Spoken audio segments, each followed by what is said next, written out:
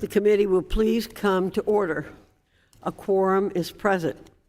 The committee meets today pursuant to notice to consider HRES 461, condemning the use of elementary and secondary school facilities to provide shelter for aliens who are not admitted to the United States. HR 1147, Whole Milk for Healthy Kids Act of 2023. HR 2813, Self-Insurance Protection Act. HR 2868, Association Health Plans Act.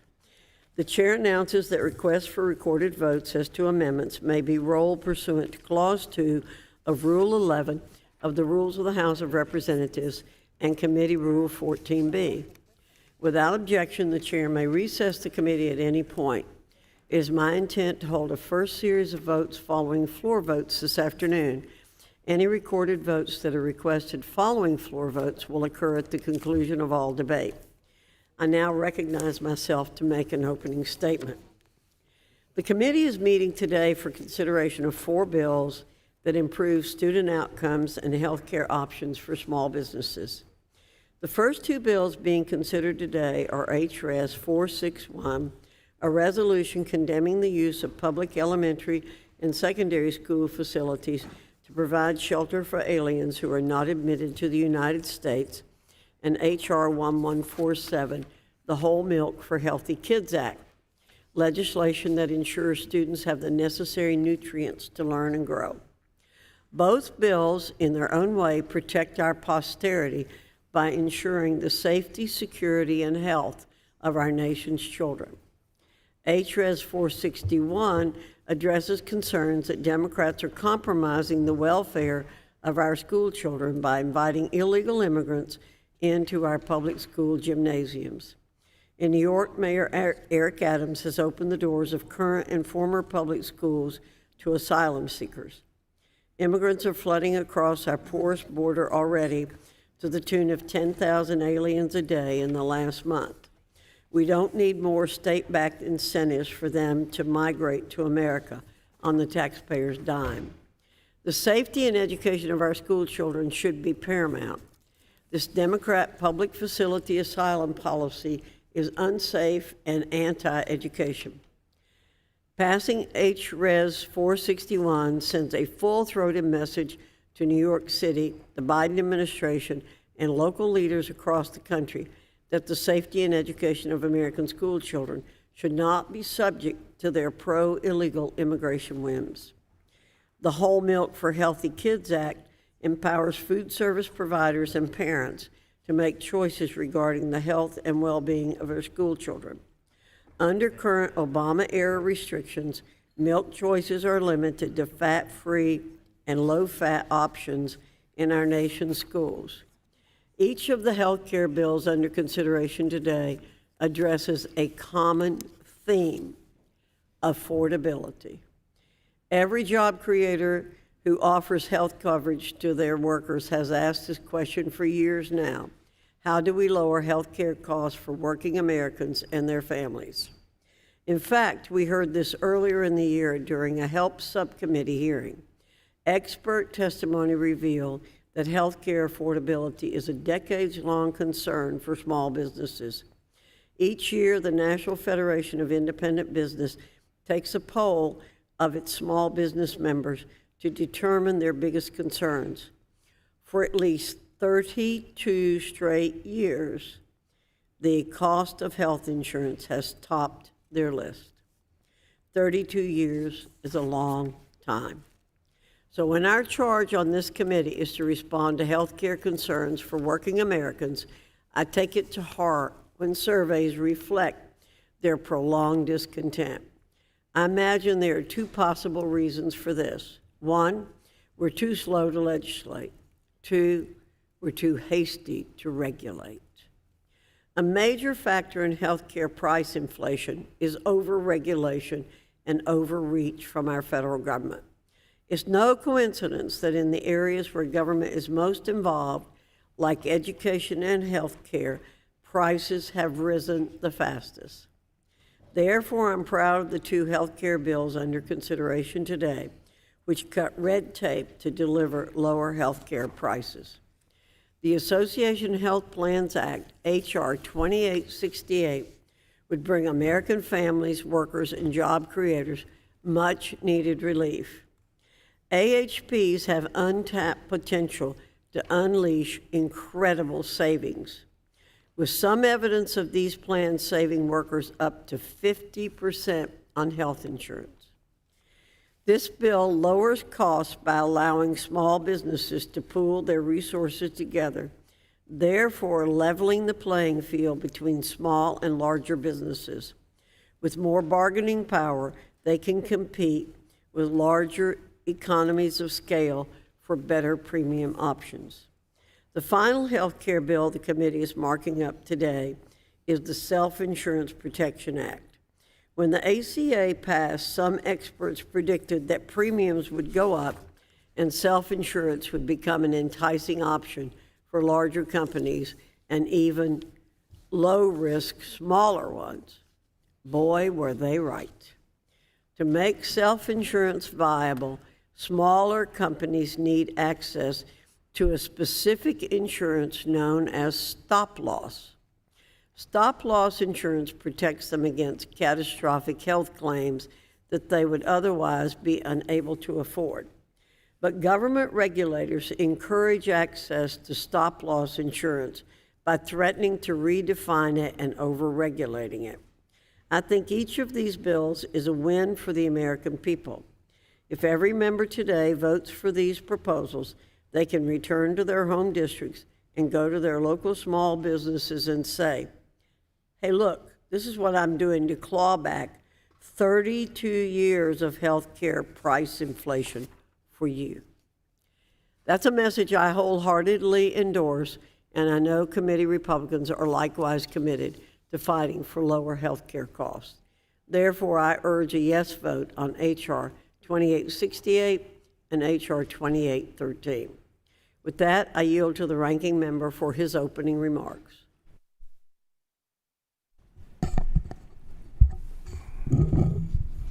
Thank you, Dr. Fox, and good morning.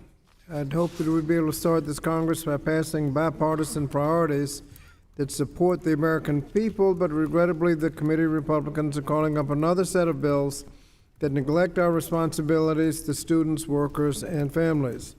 For example, we're considering a proposal that further politicizes classrooms while doing nothing to improve student safety. The claim is that HRES 461 is about student safety, but we're ignoring what parents are demanding and what is truly endangering students. You've blamed books, then you've blamed bathrooms, now you're blaming immigrants in school gymnasiums. How far will you bury your heads in the sand and deny the real threat to school safety is gun violence? In fact, according to the Kaiser Family Foundation, guns are the leading cause of death among children and teens. Any conversation about school safety that does not address gun safety is not a serious conversation. Next, we're considering a bill that ignores the science and guidance from nutritionists and pediatricians. Current dietary guidelines, which are determined by child nutrition experts and public input, make clear that low-fat and fat-free milk are the healthiest options for children. I'm particularly frustrated that the majority is proposing to break our committee's long bipartisan practice not to consider standalone child nutrition legislation outside of the child nutrition reauthorization. Healthcare bills under consideration today would be the next thing that we're going to do, make it harder for workers and families to find affordable and high-quality insurance. The Association Health Plans Act does nothing more than recycle futile attempts to sabotage the Affordable Care Act. Association plans might lower premiums for some enrollees, but they do so by skimping on benefits and increasing costs for others. They leave behind the more expensive for people to cover and undermine the core promise of the ACA that everyone can pay a reasonable rate for their coverage. These are different from large businesses. In large businesses, you cannot create your own pool. Your employees are your pool. With the association health plans, you can cherry pick low-risk, young, healthy people who could come and form a separate pool, and obviously the ones left behind, on average, will be paying more. If you can, to add insult to injury, if someone in an association plan gets sick and starts running up the cost, they can leave the association plan, get back into the regular Obamacare insurance pool to keep the costs low for the association. Well, that's not fair, because everybody who's paying slightly higher prices so that people can get into an association are essentially providing backup coverage for those in the association health plans. Under Obamacare, everybody pays the average, notwithstanding pre-existing conditions and everything else. What the Association Health Plans Act will do will be allow young, healthy people to get out, pay a slightly lower premium while they're healthy, and everybody else pays a little more. That does nothing for those that can't cherry pick a group to be in a low-cost plan. But that's not the purpose of the bill. It's just to look out for the privileged few. Similarly, the Self-Insurance Protection Plan attempts to unravel the ACA by preventing critical consumer protections from being applied to stop-loss insurance.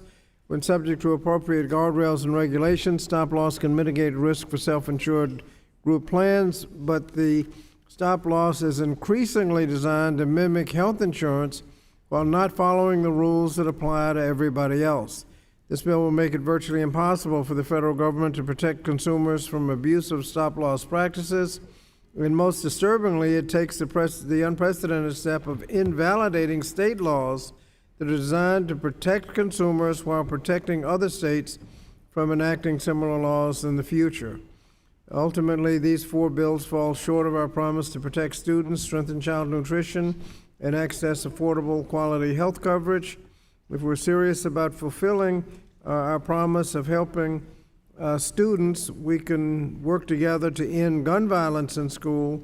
We can comprehensively reauthorize federal child nutrition programs, and we can actually lower the cost of quality health insurance for workers and families. The bills before us do none of these, and therefore I urge my colleagues to oppose all four. I yield back. Thank you, Mr. Scott. Without objection, all other members who wish to insert written opening statements into the record may do so by submitting them to the committee clerk electronically by the end of the day today. House rules require that a copy of the measures be made available to members and the public at least 24 hours in advance. Pursuant to the notice for today's meeting, a copy of the measures were made available to members and the public at least 24 hours in advance. With the exception of the House resolution, each bill being marked up today shall be open to amendment at any point, and the chair will allow members to offer amendments in a manner not prohibited by House or committee rules. Pursuant to House procedure, the resolution will be open to amendment in two parts. First, the text, and when no further amendments to the text is offered, the preamble will be open for amendment. Additionally, without objection, members who have more than one amendment to a bill wish to offer their amendments en bloc may do so. The committee will now proceed to the consideration of the text of the resolution H.Res. 461. The resolution was circulated in advance and printed copies are available. Without objection, the first reading of the resolution is dispensed with. Any amendments to the preamble will be considered following disposition of any amendments to the text of the resolution. Without objection, the text of the resolution is considered read and open to amendment at any point. I now recognize Mr. Williams to offer an amendment in the nature of a substitute. Chairwoman Fox, I have an amendment in the nature of a substitute. The clerk will report. Amendment in the nature of substitute to H.Res. 461 offered by Mr. Williams of New York, identifier HRANS_004. Without objection, the amendment in the nature of a substitute to the text of the resolution will be considered as read and shall be considered original text for purposes of further amendment. The amendment in the nature of a substitute has already been distributed. I now recognize Mr. Williams for 5 minutes to explain the amendment in the nature of a substitute. Madam Chairwoman, over the last 2 years, every state in our union has felt the effects of illegal immigration. Within the past month, up to 10,000 aliens have crossed the southern border per day. This is not sustainable. House Resolution 461 is 2 pages long and takes about a minute to read. The resolution sends a clear and powerful message. Congress will not tolerate local and state officials using taxpayer-funded schools and facilities to play cleanup for President Biden's broken border policies. In my home state of New York, Governor Hochul proposed offering up SUNY campuses to house illegal migrants. Similarly, NYC or New York City Mayor Adams announced plans to repurpose 20 public school gymnasiums as overflow housing. During the 2022-2023 school year, District 2 in Manhattan saw 5,500 migrant students enroll in the city's public schools during the same school year, a 20% increase. Overflowing classrooms, understaffed schools, and rising school taxes are not unique challenges to New York. Unfortunately, numerous schools around the country are facing similar pressures and are facing similar questions about how best to allocate resources. So in response, my resolution, alongside Representative Miller Meeks, makes 3 major points. First, having unvetted immigrants in schools is a major disruptor to daily routines and diverts critical educational resources away from students. Our students are already suffering from historic learning loss from prolonged school closures during the pandemic. Second, housing unvetted immigrants in public schools poses a significant safety risk to students. On May 16th and 17th, 2023, about 300 such aliens were sheltered in current or former public school gymnasiums in New York City. In the event of an emergency, there is no way for school administrators to properly lock down campuses to protect students. Third, schools are for educating, not for cushioning the consequences of bad policies. These actions of state and local leaders like Governor Hochul and Mayor Adams only perpetuate a growing catastrophe at the southern border. Our students and their parents should not have to sacrifice for the disastrous immigration policies of either the Biden administration or local leaders. Simply put, House Resolution 461 says enough is enough. The academic success and safety of America's students must be put first. Specific to the text, the substitute makes technical changes to the description of the elementary or secondary school facilities.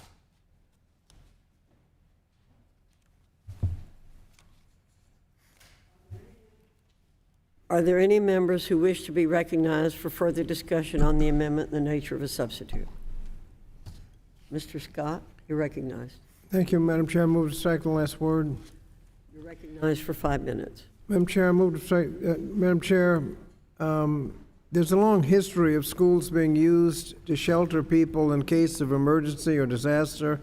In fact, guidance by the Federal Emergency Management Agency, or FEMA, the U.S. Department of Homeland Security, includes that schools are among other locations, such as houses of worship and community centers, that should be used as a congregate shelter in such emergencies. Schools are regularly used as shelters in states that are affected by hurricanes, including Texas, Florida, and North Carolina. For example, schools constituted 22% of the shelters after Hurricane Katrina. And since the resolution specifically calls out New York City, it's worth noting that it has a long history of using schools as shelters after hurricanes. For example, they used schools as shelters after Hurricane Sandy, even though school was still in session. Weather-related emergencies are not just the only reason localities use schools as shelters. Just 6 months ago, a city in Texas prepared vacant schools to shelter migrants. The majority claims that the use of schools as shelters will not divert educational resources away from students, but there's been no evidence presented that education funds are being used to shelter the asylum seekers. Majority has also pointed out that students have already been affected by learning loss, but there's no evidence demonstrating that sheltering asylum seekers in gymnasiums in any way compounds learning loss, and Congress has provided assistance to schools to address learning loss, including providing resources through the elementary and secondary school emergency relief fund. And there's much more that we could do if the majority would choose to focus on meaningful relief instead of something like this resolution. Majority claims that the use of schools as shelters will compromise the safety of enrolled students. And I'll point out again that according to the Kaiser Family Foundation, guns are the leading cause of death among students and teens. So any conversation about school safety that does not include gun violence is not a serious conversation. The majority claims that the use of schools as shelters will impede students from having a safe place for recreation and physical education. There are many elementary schools in which students only use the gymnasium for PE once a week, and only other recreation they receive, the only other recreation they receive is a brief outdoor recess period each day. This resolution is another example of the majority creating a platform for their culture war. If any issue is truly about people being sheltered in schools and the resulting possibility of diverting funds and student safety, then the resolution should condemn the use of schools as shelters in all instances. This resolution provides the majority an opportunity to discuss immigration policy, which is not in the jurisdiction of the committee, and to try to demonstrate that they care about school safety despite their unwillingness to address the issue of guns, which is also not necessarily in our jurisdiction. This is a waste of time, and so I urge my colleagues to oppose the resolution, and I yield back. Thank you, Mr. Scott. Does any other member wish to speak to the amendment, the nature of a substitute? Congresswoman Bonamici, you're recognized for 5 minutes. Thank you, Madam Chair. I move to strike the last word. You're recognized. Thank you, Madam Chair. I want to speak in direct opposition to this offensive and needless resolution. It ignores the real problems, both in schools and with our immigration system. It's factually and morally wrong to operate on the assumption that an asylum seeker or migrant, typically people of color, are dangerous. A resolution based on that premise endangers people in our own communities who have faced spikes in hate crimes and racially motivated violence. Shelter needs are increasing across the country, and as Ranking Member Scott said, schools as community centers are regularly used as temporary shelters during natural disasters and other incidents. Instead of condemning communities that provide temporary shelter to those in need, who are often desperate parents trying to save the lives of their children, this committee should be working on evidence-based policies to make schools safer, but that's not happening. Unfortunately, the culture wars many of my colleagues are waging target and ostracize the most vulnerable students. Republicans in state legislatures, and unfortunately many of my colleagues on this committee, have been promoting policies that harm students, deny them an opportunity to get a good education with their efforts to ban the accurate teaching of history and silence the voices of underrepresented artists and authors. Many of our Republican colleagues on this committee are actually putting LGBTQI+ students in danger by banning them from equal participation in school activities, denying them the opportunity to receive the care they need and deserve, and weaponizing federal civil rights laws against them. Also, this resolution actually states that hosting asylum seekers or migrants on school property, quote, poses a significant safety risk to school children. What's the real significant safety risk to school children? It's the #1 killer of kids, firearms. Rather than advancing this misguided legislation, we should hold a hearing on the continued gun violence and the attacks on students in their classrooms. Our words and actions in this room matter, and I'm concerned that this bill may spark more hatred and violence toward migrants and people seeking asylum while doing absolutely nothing to improve education or safety. If my Republican colleagues want to make our schools safer for students, I invite them to come to the table to work on substantive and evidence-based solutions. Migrant students and the children of asylum seekers, of course, under Plyler versus Doe, are entitled to attend school. They're often vulnerable, targeted, and underserved in our schools. We should provide them with the resources and support they need, not only to survive, but to be successful, and this resolution gravely misses the mark. I want to remind everyone that immigrants are our colleagues, our neighbors, our friends, our families, and our community members and our constituents. I strongly urge my colleagues to oppose this resolution, and I yield back the balance of my time. Thank you, Ms. Bonamici. Are there other members who wish to speak? Ms. Jayapal, you're recognized. Thank you, Madam Chair. I move to strike the last word. You're recognized for 5 minutes. Thank you so much. As the ranking member of the Immigration Subcommittee of the Judiciary Committee, let me be clear that immigration is not within the jurisdiction of this committee. Gun violence in schools that keeps students, that is killing our students is, but you don't see a markup on gun violence and how we keep our kids safe and alive. My colleagues would have you believe that ending the use of Title 42 public health policy has resulted in higher numbers of people coming to the United States. But over the last month, border numbers are down over 60% from their peak. And as Politico describes it, it's the, quote, migrant crisis that still hasn't arrived. Democrats have persistently put forward legislation that would fix the immigration system, ensuring that we strengthen border security while allowing people a fair, secure, and humane way to seek safety. We've also consistently voted to provide additional funding for ports of entry. Last year, Democrats passed the fiscal year 23 omnibus, which included $60 million to hire additional CBP officers and support personnel at ports of entry, and another $70 million to strengthen non-intrusive inspection systems to disrupt the flow of drugs and contraband at ports of entry. Not one of my Republican colleagues on this committee voted for that legislation. Now, if my Republican colleagues were serious about improving public education, they would work with us to make sure schools are fully funded and kids have the support they need to succeed. We would be funding school meals, universal pre-K, and mental health for kids. But instead, the first markup we held this Congress was to go after trans kids by imposing a trans sports ban and depriving kids of an accurate and fact-based education.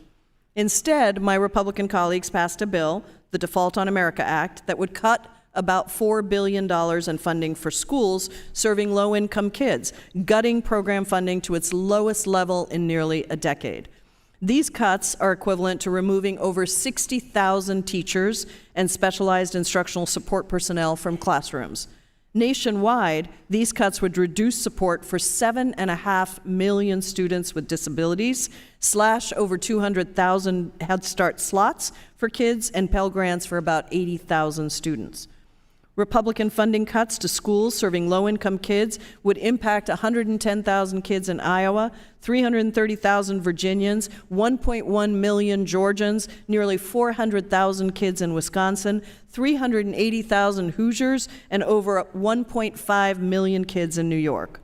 Among students with disabilities, it would cut support for 781,000 kids in California, over 340,000 Pennsylvanians, over 600,000 Texans, 78,000 Kansans, and 126,000 kids in Missouri. It would also make college more expensive for nearly 570,000 Michiganders and over 1 million students in Florida. I could keep going, but what is clear is that every Republican on this committee has voted for funding cuts that would hurt kids, including their own constituents. The resolution that we are considering today is nothing but a fear-mongering attack to distract from the fact that my colleagues don't have real solutions to improve education and to give kids the best shot at a brighter future. I urge my colleagues to reject this resolution, and I yield back. Are there other members who wish to be recognized for further discussion on the amendment? Dr. Adams, I recognize you. Thank you, Madam Chair. Move to strike the last word. You're recognized for 5 minutes. Thank you. I want to voice strong opposition of Resolution 461, condemning the use of elementary and secondary school facilities to provide shelter for aliens who are not admitted to the United States. This bill avoids addressing the real issues that face our children each and every day. But I think it's interesting that my Republican colleagues are choosing to push this anti-immigration bill in the name of protecting our students. So where are the kids you say you're protecting? The focus of today's hearing is condemning people, immigrants, from being able to seek solace in a school building. But my colleagues on the other side of the aisle can't even refer to them as people. Instead, they call them aliens. And I know that's written in the law, but I still have some concerns about that. They are people, not aliens. But what a shame. We ought to be ashamed for addressing this issue today that's really not about really protecting kids. The instances that are being referred to in the bill are mostly instances where these immigrants were using an abandoned school building for shelter. So to my Republican colleagues, what other options are you proposing, and what other measures should we be using to house immigrants? People, by the way. I don't see any suggestions, just a mean-spirited, harmful piece of legislation that's being put before us today. Individuals can't even use an abandoned building as a housing unit in this country without my colleagues on the other side of the aisle having a problem with that. A space that's not even in use, not even in use. As a former educator, let me just say how distasteful this is to me personally. I believe that it is so critical to provide children and families with the needs that are before them. This legislation is shameful, it's appalling, and of course I look forward to having a conversation with my colleagues that takes up these specific points, but I refuse to give credence to a conversation that will continue to disrespect people just because they are not from this country. Madam Chair, I yield back. Thank you. Other members wish to be recognized. Mr. Bowman, you're recognized. Thank you, Madam Chair. I move to strike the last word. You're recognized for 5 minutes. You know, prior to coming to Congress, I had the privilege of working in education for 20 years as an elementary school teacher, high school dean, and middle school principal for 10 and a half years. And I can't tell you how much I loved my immigrant students in my schools. I loved my children from Guatemala, El Salvador, Honduras, Venezuela, and wherever they came from. They came through tremendous strife and struggle seeking refuge in our country, and my school and school district was able to provide that with education. Now, if my colleagues, my Republican colleagues, are serious about protecting America's children and all children, why aren't we having honest conversations and pushing for affordable housing in our communities around the country? If we are serious about protecting our children, why aren't we pushing for common sense gun reform legislation? Why aren't we doing everything to make sure our children and all children are provided access to health care? This is another hateful, fear-mongering resolution that marginalizes and disenfranchises migrants who are coming here, escaping danger and death to seek asylum. Immigrants are the engine that drive our economy. Everyone in this committee who is not African American comes from an immigrant family at some point in their lineage. African Americans, as we know, were brought here as slaves, so that's another conversation for another day. America has always been a place that welcomes people from other nations, and we have always been supportive of them. Our economy is struggling because we have not done anything about comprehensive immigration reform. We need to make sure immigrants who come to our nation are met with open arms, and we need to invest in their care because they are contributing members to our economy. We need to do something about work visas so we can expedite the process for them to actually begin to work legally in our country so that they can contribute to the economy of our nation. We have work shortages in the farm industry that many of the immigrants coming in would fill those shortages and, again, contribute to our economy. I also want to say The migrants who are coming here are human beings. They are representative of our collective humanity. The term alien, yes, is written into law, and that needs to be reconsidered. They are not from another planet, they're from another country. And they occupy the human race just like we all do. So again, if we are serious about making sure that our children, America's children, are safe and secure and taken care of, then we need to provide access to housing, health care, jobs for our migrant friends and family. Because when we do not, and we leave them in vulnerable positions, that's when you see an increase in public safety issues, not just from them, but from everyone. And America and Americans who are citizens have their own public safety issues to deal with. Because every other week there's a mass shooting. And every other day in my district, guns are trafficked into the most vulnerable areas for young kids as young as 12 to use them and kill each other. Why? Because we have never addressed the issue of public safety through the lens of public health and through the lens of programs that focus on historical marginalization that started in the U.S. Congress through policies like redlining. So can we please, at some point, have honest conversations about our collective humanity, really treating everyone with dignity and respect? Because if we have those conversations and we pass legislation in doing so, you'll see America go to the next level for all people, not just one small group of people that want to maintain power in our country. I urge my colleagues on both sides of the aisle to reject this harmful, hateful, unnecessary resolution. And I yield back. Ms. Leisure Fernandez, you're recognized. I move to strike the last word.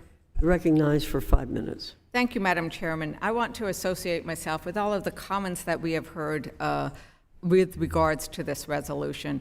It is simply amazing and stunning how Republicans are once again submitting for our consideration text that is so mean-spirited, that is so hateful, that is intended solely to produce outrage and fear. It is not intended at all to solve any problems. And it is producing that outrage and fear on the backs of these children. And we do this over and over again in this committee and with this Republican-led House. Imagine being that transgendered child who is under attack for just being who she is, who's having an entire House committee and Congress attack her existence. Imagine being that child whose stories are captured in a book, that she can then see herself in the book, her history in the book, her parents and grandparents and ancestors' history in a book, and she is now being attacked. That book is being pulled out of the classroom and the libraries. Imagine being that child of immigrants who are hard at work, picking the food that we eat, working in the dangerous jobs at the slaughterhouses that we depend on for our meals, caring for our elderly and our ill. And that child and that family in an emergency when they may need shelter, would be denied such.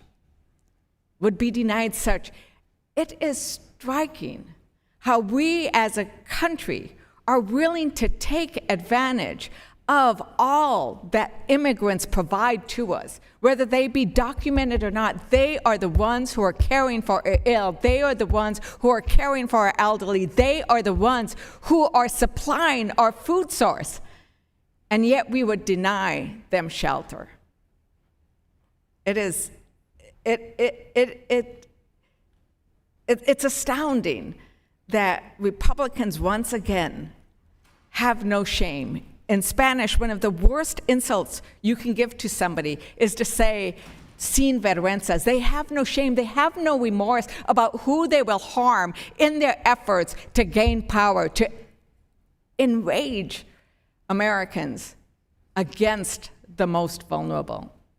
And it is with this sense that we should be a country that puts love at the center of our policies, that puts compassion and kindness at the center of the work we do, that I urge all of my colleagues to vote against this resolution. And with that, I yield back. Thank you. Mr. Takano, you're recognized. Thank you, Madam Chair. I rise in strong opposition to this resolution. This resolution is a blatant attempt to discourage efforts to help asylum seekers. And I realize that the terminology of an alien not admitted to the United States is a legal term. But let's not conflate what is going on here, which is to complicate and to complicate the efforts of our local governments to be able to help asylum seekers. I am reminded of the story of the St. Louis, the ship the St. Louis in 1939, which was carrying about 900 Jews trying to leave Europe. It was not able to have these individuals enter Cuba, and our country shamefully did not admit them. These were asylum seekers seeking asylum from as we all know, what was the Holocaust in Europe. Canada did not accept them. We cannot turn our conversation, our conscience away from asylum seekers coming to our country. And individuals seeking asylum are some of the most vulnerable. They are fleeing violence from their home countries today. They arrive in dire straits.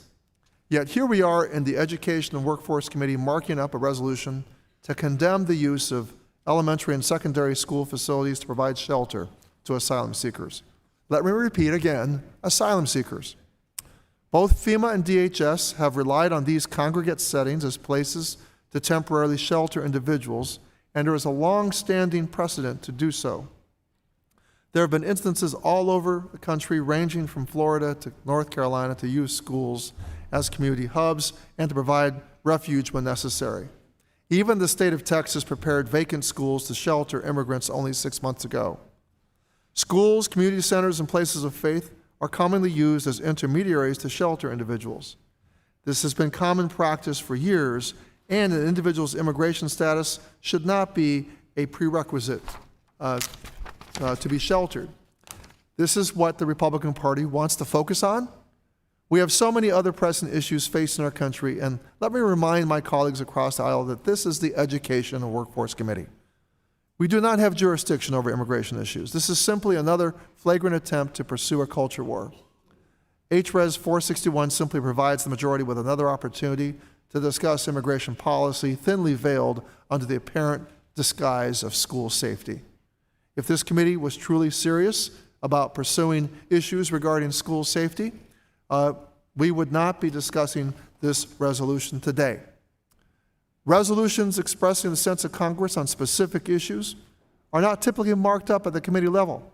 And when they are usually non-controversial statements of bipartisan support. So I also contend that this is a misuse of our process. The resolution before us today does nothing more than direct attention to a hot-button issue that has been blown out of proportion. There are an abundance of issues this committee could be tackling today, but quite frankly, this is not one of them. We can and should do better for our students. I urge my colleagues to oppose this resolution. I yield back. Thank you, Mr. Takano. Mr. Grijalva, you're recognized. Thank you, Madam Chair. We strike the last word. You're recognized for 5 minutes. Thank you. Let me quote from the resolution. In the prohibition of using elementary and secondary school facilities to shelter people in need, human beings. The rationale is it would divert educational resources from children already suffering from historic learning loss, compromise the safety of enrolled students, impede students' access to safe recreation and physical education, and may disrupt the ordinary routines of the school day, and of course blames the Biden administration for a failed border policy. That's the rationale. But in reality, nothing that is stated is reflected in the resolution. The lofty concern and care for our schools, students, parents, teachers, and the neighborhoods and communities that they serve is merely a cover for the rationale behind this resolution. Because if we're really dealing with the real issues and the real needs of public education and the students and parents that rely on public education, we would not, the Republicans, on a very narrow vote in April, 217 to 215, passed their budget blueprint, which slashed 22% from public education to the most vulnerable students in the country, to the poor students in the country, students with disability. And we have seen consistently from the Republican majority on this committee and on the floor, book banning becoming a routine exercise, the demonizing of students because of who they are, and continuing to make our politicizing our classrooms to the point that we are distorting history, not providing credible and empirical information to students, and not letting them think for themselves. Now, I've been on this committee my whole career, and the reason is because I owe a great deal of gratitude to the public education system. I'm a son of immigrants, and as such, I learned about the tenets of this democracy of ours in our schools. I learned to understand it and to believe it. I also learned English, which I think some colleagues regret very much, but nevertheless, and I saw a chance of opportunity, and here I am. But that story is replicated day in, day out across this country. I'm not unique. And this resolution tears at the heart of what is important. Because if we really cared about public education and its students and its communities, we would recognize the demographic change that has happened in our schools. And instead of demonizing and attacking and blaming diversity, we would embrace it and make it work for us as it's worked forever in this country. Now, or we would deal with the issue of gun safety and the murders that have happened in our school grounds and create an environment, whether it's Uvalde or anywhere else, in which children are protected and the sanctity of that place, if we cared about that. But you won't see a resolution about that here. You won't see a resolution about not weakening the bedrock of opportunity, public education, for many of us. Instead, we continue to see efforts to dismantle it and to begin to weaken it. Now, so why are we here? We're here on this resolution because the Republican majority, thanks to President Biden, we avoided the worst that was represented in their budget. And during those hostage negotiations, the worst did not occur. But the intent is still there, and this resolution reflects the intent. And the intent is to take us into a rabbit hole, the American people, not just the Democrats. Take us into a rabbit hole to create a discussion around an issue of immigration in which there has been no solution offered from the other side. To drag us into a rabbit hole that they believe works to their benefit. They believe makes their opportunity to retain their majority in this House. I won't go down that rabbit hole. I urge a no vote on this resolution. It's pointless, it's pandering, and it does no service to the public education system, and it does no service to the safety and the well-being of the students in this country. And I yield back, Madam Chair. Thank you, Mr. Grijalva. Ms. Wild, you're recognized. Thank you, Madam Chair. I move to strike the last word. You're recognized for 5 minutes. Thank you. This is another resolution that addresses a problem that does not exist. I want us to all reflect on the role of the public schools in our communities. They are vibrant centers of our communities in many cases. In many jurisdictions, we vote at schools.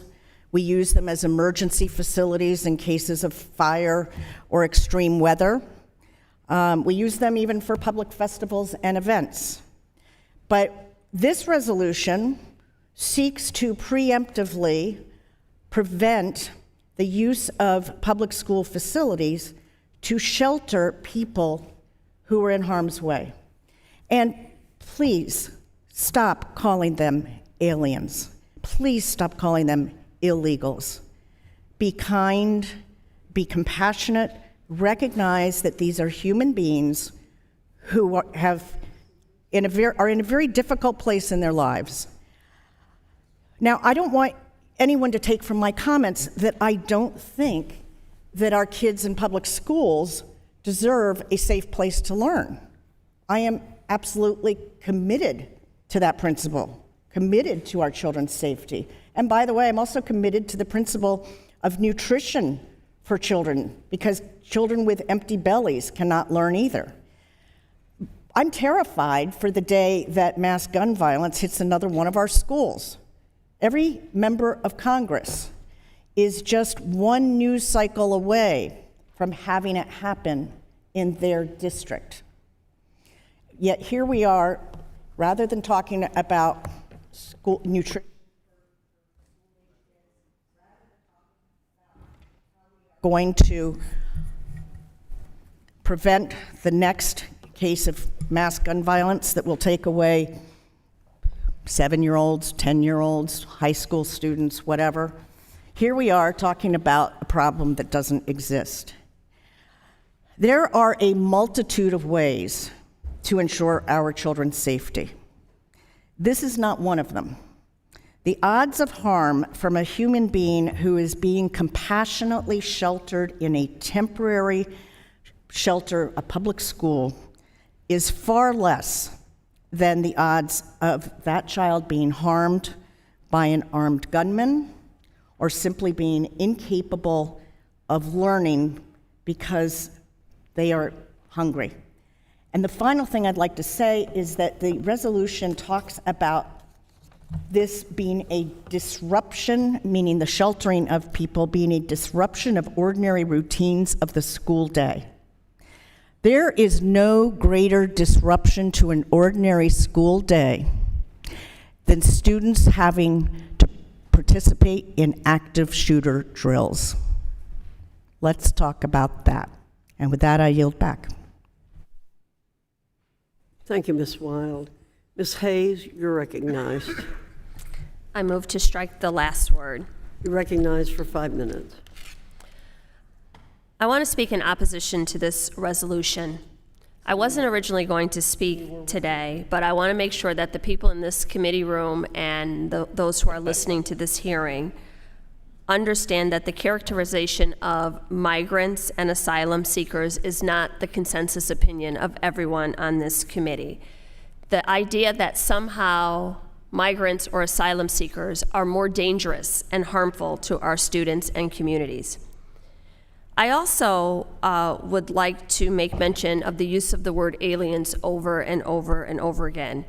It doesn't matter that that's an accepted term in law. What it says to me is that we have to work to change that language. That is what we should be doing. We have a long history, as you've heard many members speak, about housing people in public spaces, including schools. I live in Connecticut, and during Superstorm Sandy, when hundreds of thousands of people were without power, schools were used to house them.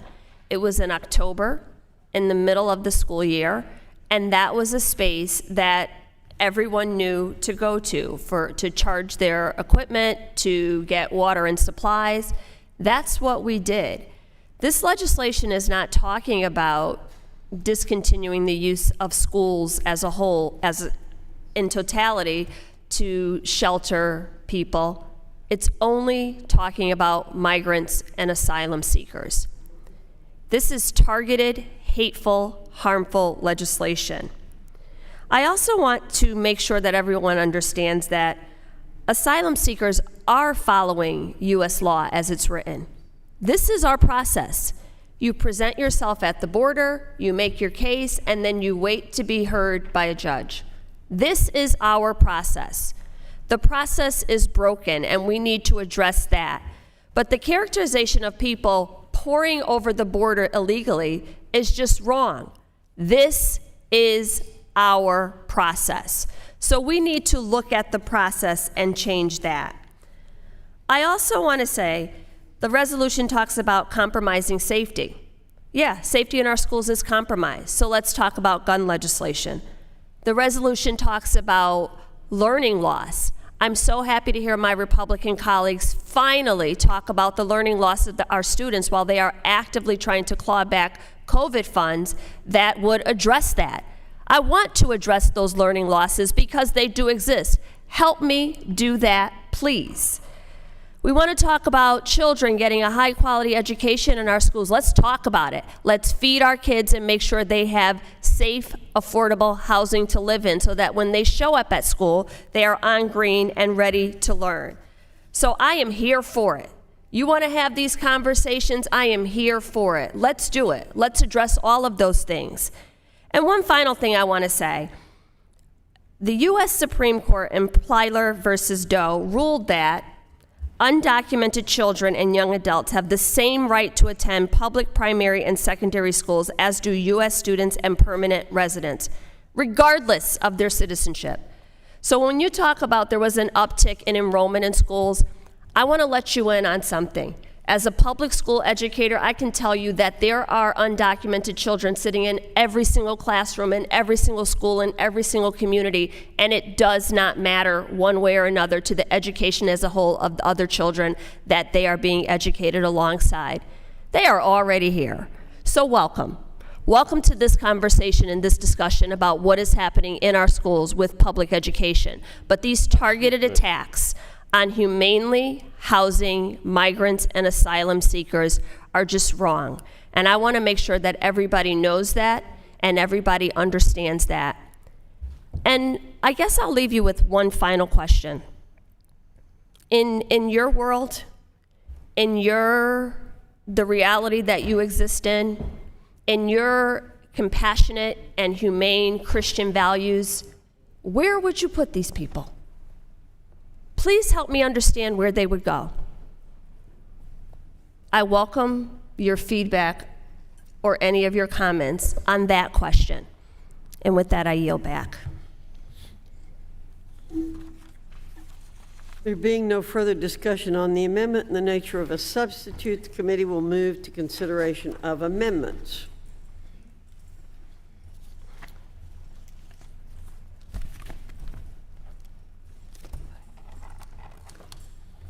All right.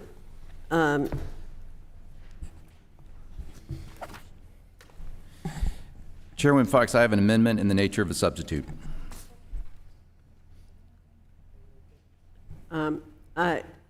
Would the gentleman suspend? Yes, I suspend.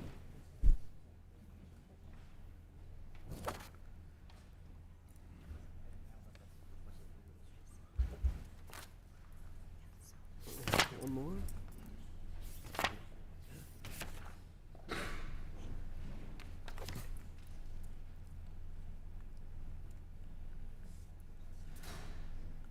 There being no further debate on the amendment in the nature of a substitute, the question is on the amendment in the nature of a substitute. All in favor say aye.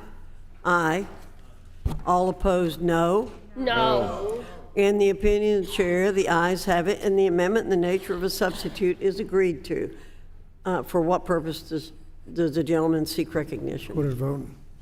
The gentleman requests a recorded vote. One moment.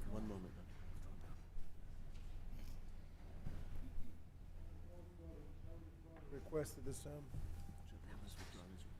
The gentleman has withdrawn his request. The amendment is adopted. The committee will now proceed to the consideration of the preamble of the resolution H-Res 461. I now recognize Mr. Williams to offer an amendment in the nature of a substitute. Madam Chairwoman, I have an amendment in the nature of a substitute. The clerk will report. Amendment in the nature of a substitute to H.Res. 461 offered by Mr. Williams of New York, identifier HRANS_003. Without objection, the substitute amendment will be considered as read and shall be considered original text for purposes of the amendment. The amendment in the nature of a substitute has already been distributed. I now recognize Mr. Williams for 5 minutes to explain the amendment in the nature of a substitute. Thank you, Madam Chairman. I want to again urge my colleagues to support this amendment for reasons that I described previously. And I'm gratified that my colleagues across the aisle now equate the President's or this administration's border policy as a natural disaster, as a hurricane perhaps, or a fire, maybe an earthquake of 9.0. Seems to be the effect that you have equated the current migrant crisis. And I'm puzzled by the zeal to which you speak about housing adult men and adult women whom the Department of Homeland Security cannot verify the most basic information about, such as name, country of origin, past criminal record, or any other, in fact, their current immigration status. And these are who you want living in our children's schools. In addition to considering the preamble of the bill, the amendment in the nature of the substitute clarifies that school children should not bear the burden of, rather than having to pay for, failed immigration policies. Madam Chairwoman, I yield back the balance of my time. The gentleman yields back.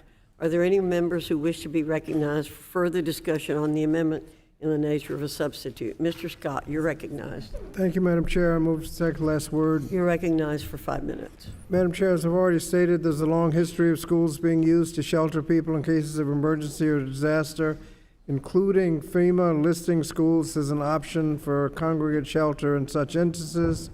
And for the other reasons already stated, I oppose the resolution, the amendment in nature of a substitute, and yield back. Gentleman yields back.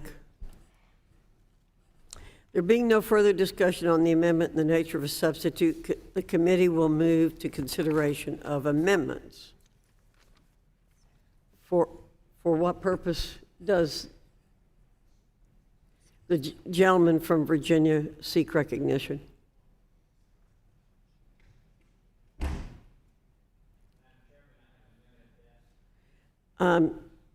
The clerk will report the amendment. Without objection, the amendment will be considered as read. Amendment to the amendment in the nature of a substitute to H.Res. 461 offered by Mr. Good of Virginia, identifier Good_040. You want to do a point of order? Okay. The gentleman is recognized for 5 minutes in support of the amendment. Thank you, Madam Chairman. My amendment combats harmful sanctuary city policies by including language in this resolution stating that schools who are housing aliens shall not be eligible to receive federal funds. If your city is going to illegally harbor aliens, you should not get taxpayer dollars to bail you out for the costs and the problems that inevitably ensue. With our nation's fiscal situation, record deficits, record national debt, not to mention the strain on our healthcare systems, education systems, social services, and national security from Biden's border invasion, what do American families get from their subsidization of schools that harbor illegal aliens? The announcement from New York City that immigrants or illegal aliens would be housed in public school gyms is the latest demonstration of the failed Biden border policies and the crisis that he has willfully created. Article 4, Section 4 of the Constitution says that our federal government shall protect each state against invasion. However, President Biden has completely abdicated his responsibility, and American school children and their teachers are suffering for it. I think Lillian, the mother of a kindergartner, second grader at New York's Beacon School of Excellence, summed it up effectively when she stated, quote, "Why would I bring my children to a school where there are grown adult men in their gym? You won't let a stranger come into the school with no ID, but you'll let them live in your school gym, end quote. New York City likes to brag about being a sanctuary city. Meanwhile, they're begging the federal government for emergency aid to clean up the mess their own policies have created. We need to stop subsidizing Biden's border invasion. And I urge everyone in the committee to stand against these disastrous policies that harm our school children and support my amendment and the resolution. And I yield back, Madam Chairman. The gentleman yields back. Mr. Scott, you're recognized. Thank you. 5 minutes. Thank you, Madam Chair. Move the correct last word, and I oppose the amendment. This amendment suggests that we should penalize schools and students for temporary actions taken by a locality in an emergency. I can't think of anything that would be less helpful to the needs of students, schools, and families. It's worth noting that the United States Supreme Court in Filer v. Doe in 1982 held that children who are not legally admitted to the country still have the right to a free public education under the Equal Protection Clause of the 14th Amendment, and that case is still the law of the land. Denying federal funding to these schools would create more learning loss, more disruption, and jeopardize multiple school needs, including safety, which the underlying resolution claims to be concerned about. So I urge my colleagues to oppose the amendment and the underlying amendment nature of a substitute, and I yield back. The gentleman yields back. Does any member wish to seek, does any member seek recognition?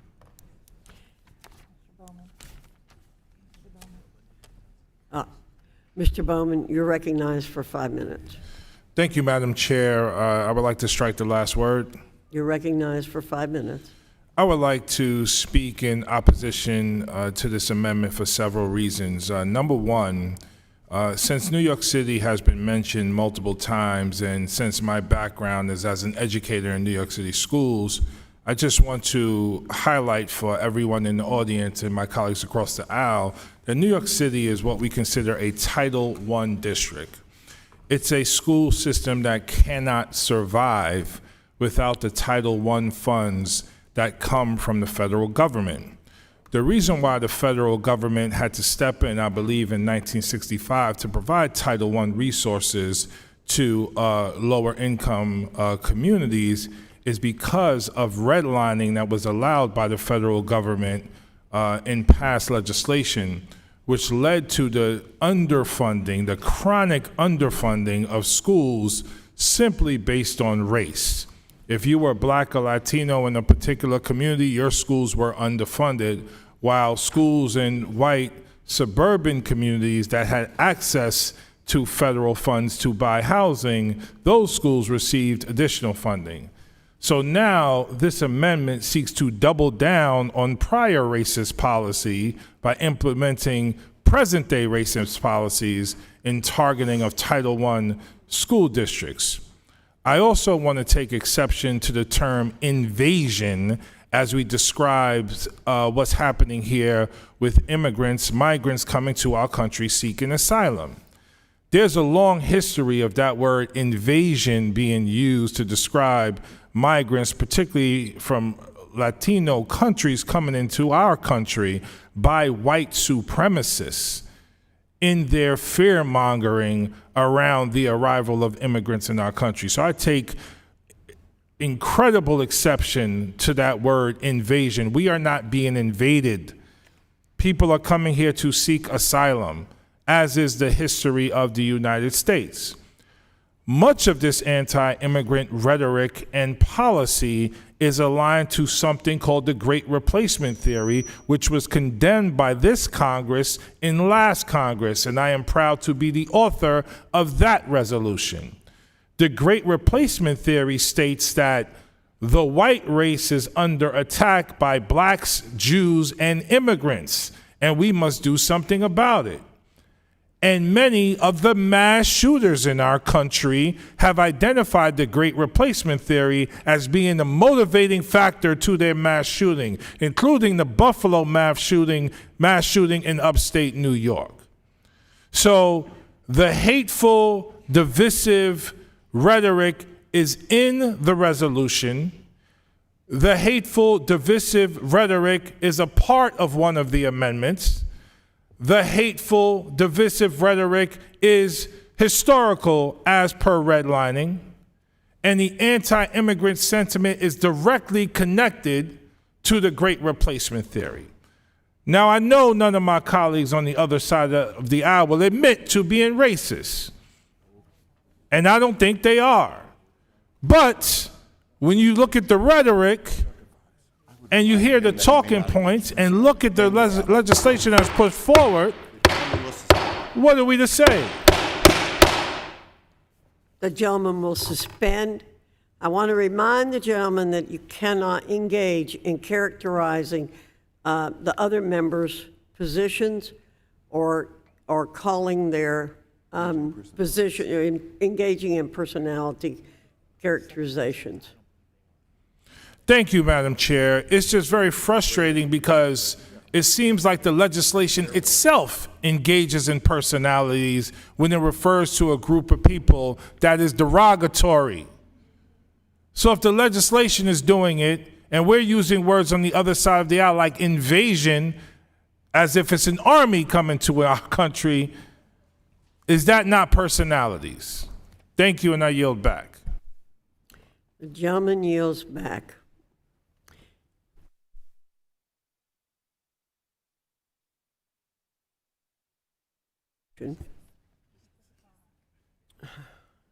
Mr. Takano, you're recognized for 5 minutes. I move to strike last word. Madam Chair, I want to thank the gentleman from New York, an educator, former principal, former teacher. I just want to remind my colleagues that I too taught in the public schools for 22 years before I became a member of Congress, 24 years actually. And I thank him as a former English teacher for his careful analysis of language. And I too object to the terminology of invasion and his observation that such loaded terminology itself becomes an engagement in personalities. And so I object also to the notion that denying school systems across this country federal funding when they are trying to, and they're part of responding to a local emergency. And I remind you that these local emergencies involve asylum seekers, people who are trying to flee desperate situations. And I cited before the example, the shameful example of the ship, the St. Louis, before World War II, in a time when America First, as a slogan, as a jingoistic slogan, was being invoked in a very tragic and shameful manner. We're seeing that very same sentiment, either directly or, in this case, dog-whistled in this committee. I do not think the gentleman was engaging in personality. He was very skillfully and eloquently calling out the truth. I yield back, Madam Chair. The gentleman yields back. Ms. Jayapal, for what do you seek recognition? I move to strike the last word. You're recognized for 5 minutes. Thank you, Madam Chair. I oppose this amendment, and I just wanted to add to some of the comments of my colleagues. I was just going through and re-looking at the resolution and seeing the many places where the language is dehumanizing, and I say this as an immigrant myself, somebody who spent 17 years in this country before I had the great privilege and honor of becoming a U.S. citizen, came here at 16 by myself. And I look at some of the language of this resolution, and I do think it bears pointing out that the word alien is used consistently. I had many years where I was referred to as an alien, and I have to tell you, it was a terrible experience. I understand that it's in the law, but this administration has made efforts to change the way we talk about people, not talk about them as aliens. But in addition, the implications in these whereas clauses that somehow, and it says here, whereas hosting such aliens on school campuses poses a significant safety risk to school children, the idea somehow that these immigrant kids who are seeking asylum, whose parents are seeking asylum, are going to pose a safety threat to kids in schools, and the continued efforts to lift up this so-called illegal aliens that are coming into this country is very, very insulting.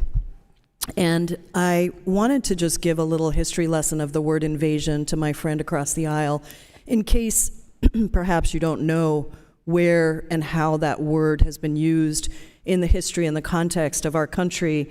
It goes all the way back to the Chinese immigrants. Actually, in 1873, there were ads taken out in newspapers that said Chinese invasion in capital letters, and really put the fear of God into people, that somehow we were being invaded by this force that was going to do harm to the country.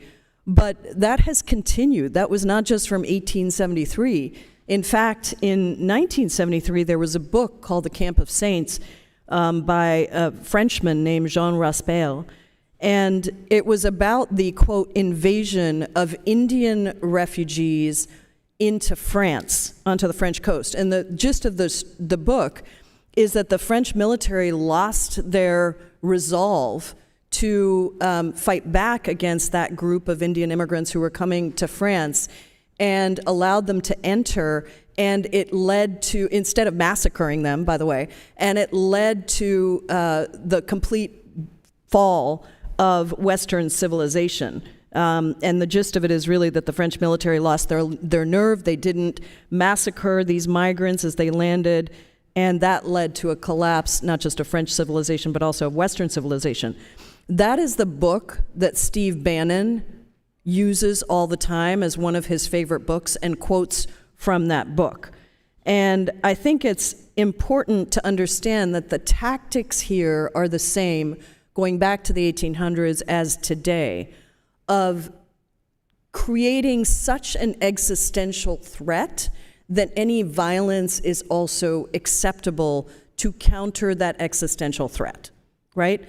And also to dehumanize to such an extent that the violence is then seen as merited to these people who have been dehumanized. And I say this because I think that it's fine for us to debate policy on immigration. It's fine for us to have disagreements.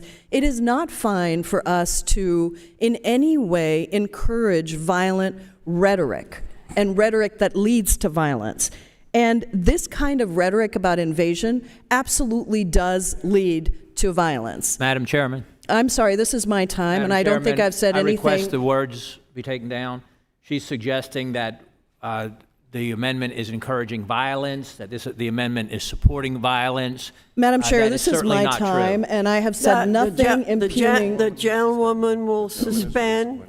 The gentleman is raising a point of order. I object to the point of order. The gentlelady has suggested that the amendment is approving or condoning violence against individuals because of using the term alien. And that is certainly not true and should not be permitted, and her words should be taken down. I object to the point of order. Madam Chair, point of parliamentary inquiry. Just a moment, Mr. Takano.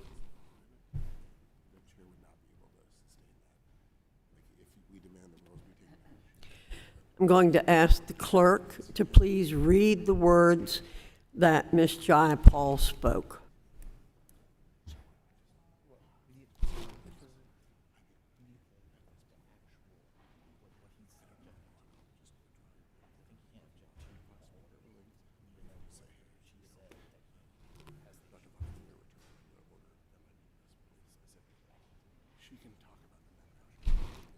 Madam Chair, I'm happy to rephrase if that is easier. The gentlelady will suspend. Sure.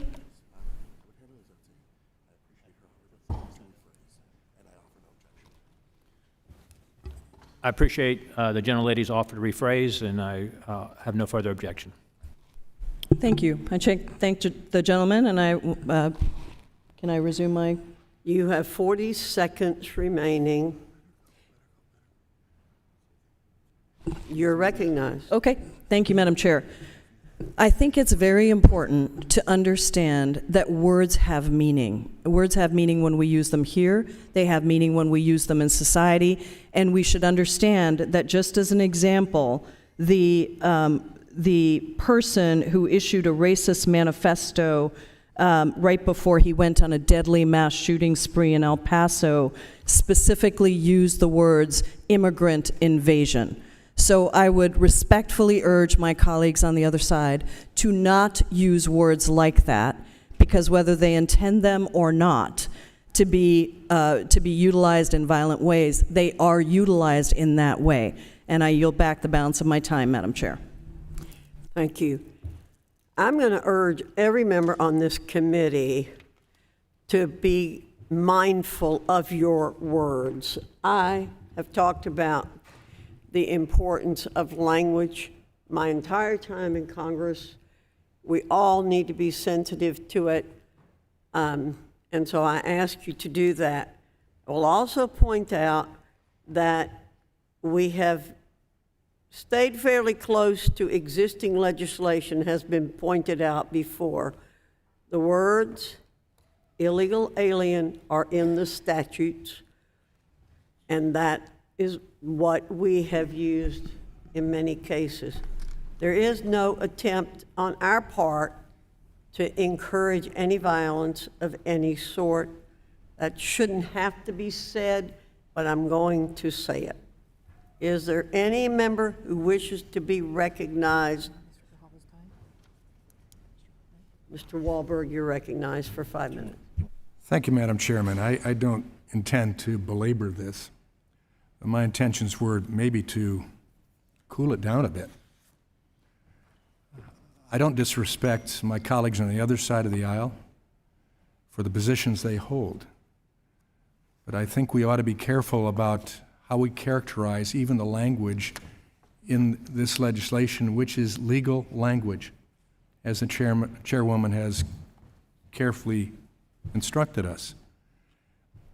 Words do have meaning. Alien is a meaning that's legal, that's important for our school children in these school buildings to understand that all people will be treated legally. Remember, we have a pledge that says with liberty and justice for all.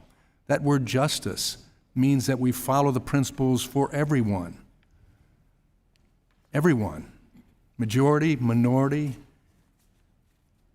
legal, alien, or illegal alien.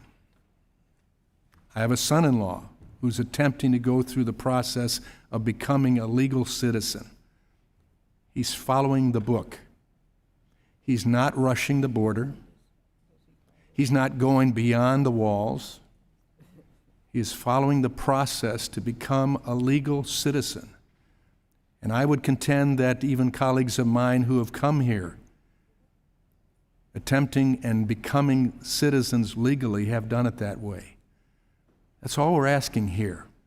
And I think it's important that we establish a pattern, even in the context of these school buildings, that the students in those buildings, seeing people who would be brought here, are coming not because they came legally, not because it's taking place like it did just 3 years ago, when we had stopped the rush on the border and we'd brought more magistrates into play, and we were making our hearings much more expedient and efficient and getting people in legally to this country. We need legal immigrants coming to this country.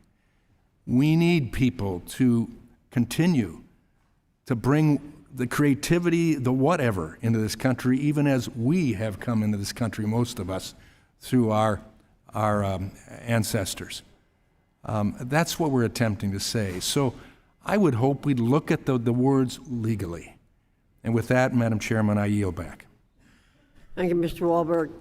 Dr. Adams, I understand you'd like to be recognized. Yes, ma'am. Thank you, Madam Chair. Move to strike the last word. You're recognized for 5 minutes. Thank you, Madam Chair. This amendment is already egregious, and it makes schools ineligible to receive federal financial assistance if they use it to shelter, house, or otherwise serve as a sanctuary.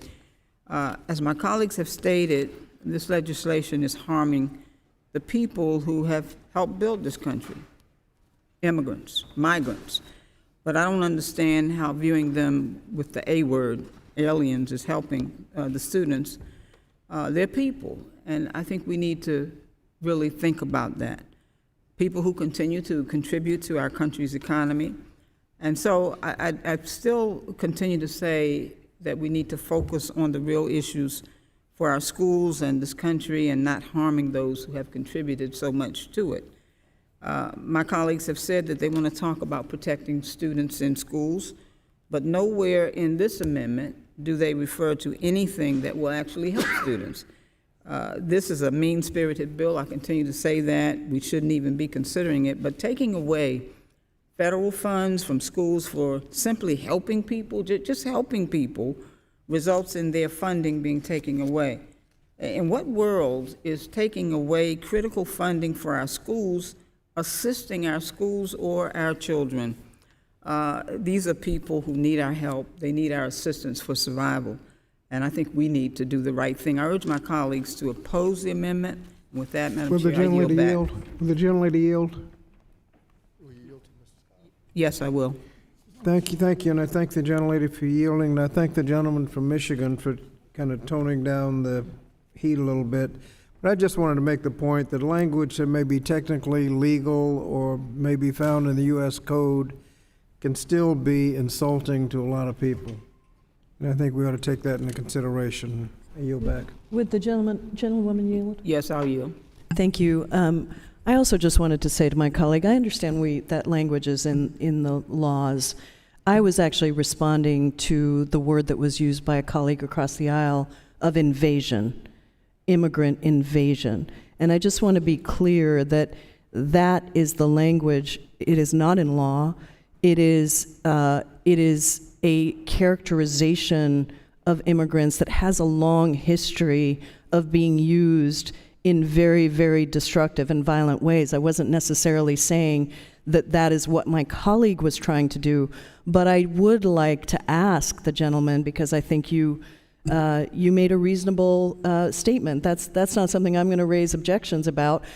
We can discuss policy, but could you all commit to not using words like invasion? Because I don't think that they are helpful to the discussion. I do think it ramps up the dialogue in a way that's not useful, and I do think it has a very clear history of being used in violent ways, including most recently by the El Paso shooter.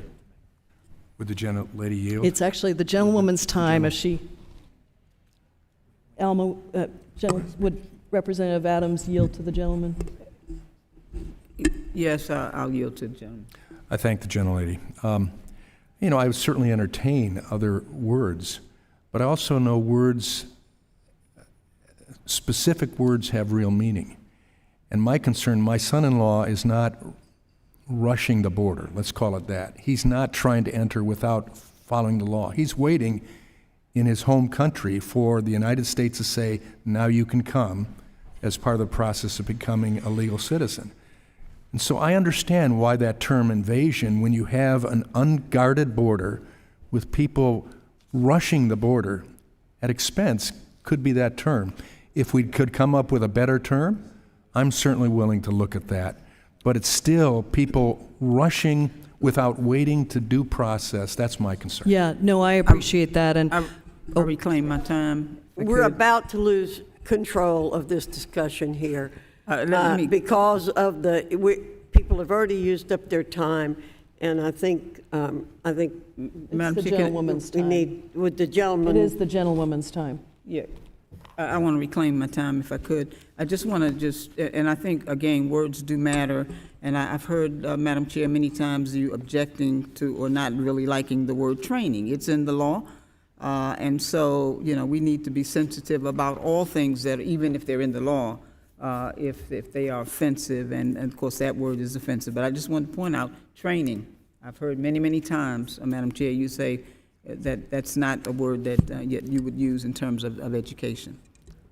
So does somebody need this time? The gentlewoman yields back. I yield back.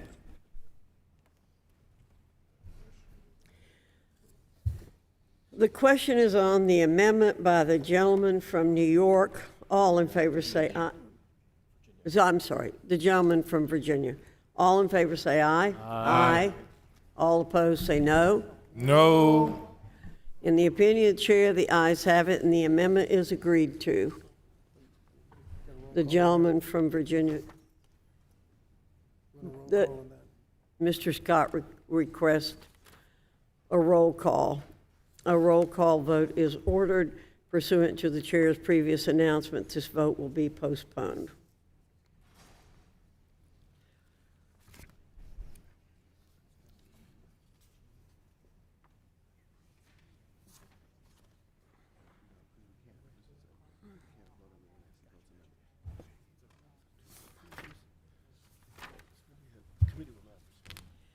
The committee will now proceed to consideration of the bill H.R. 1147 for amendment.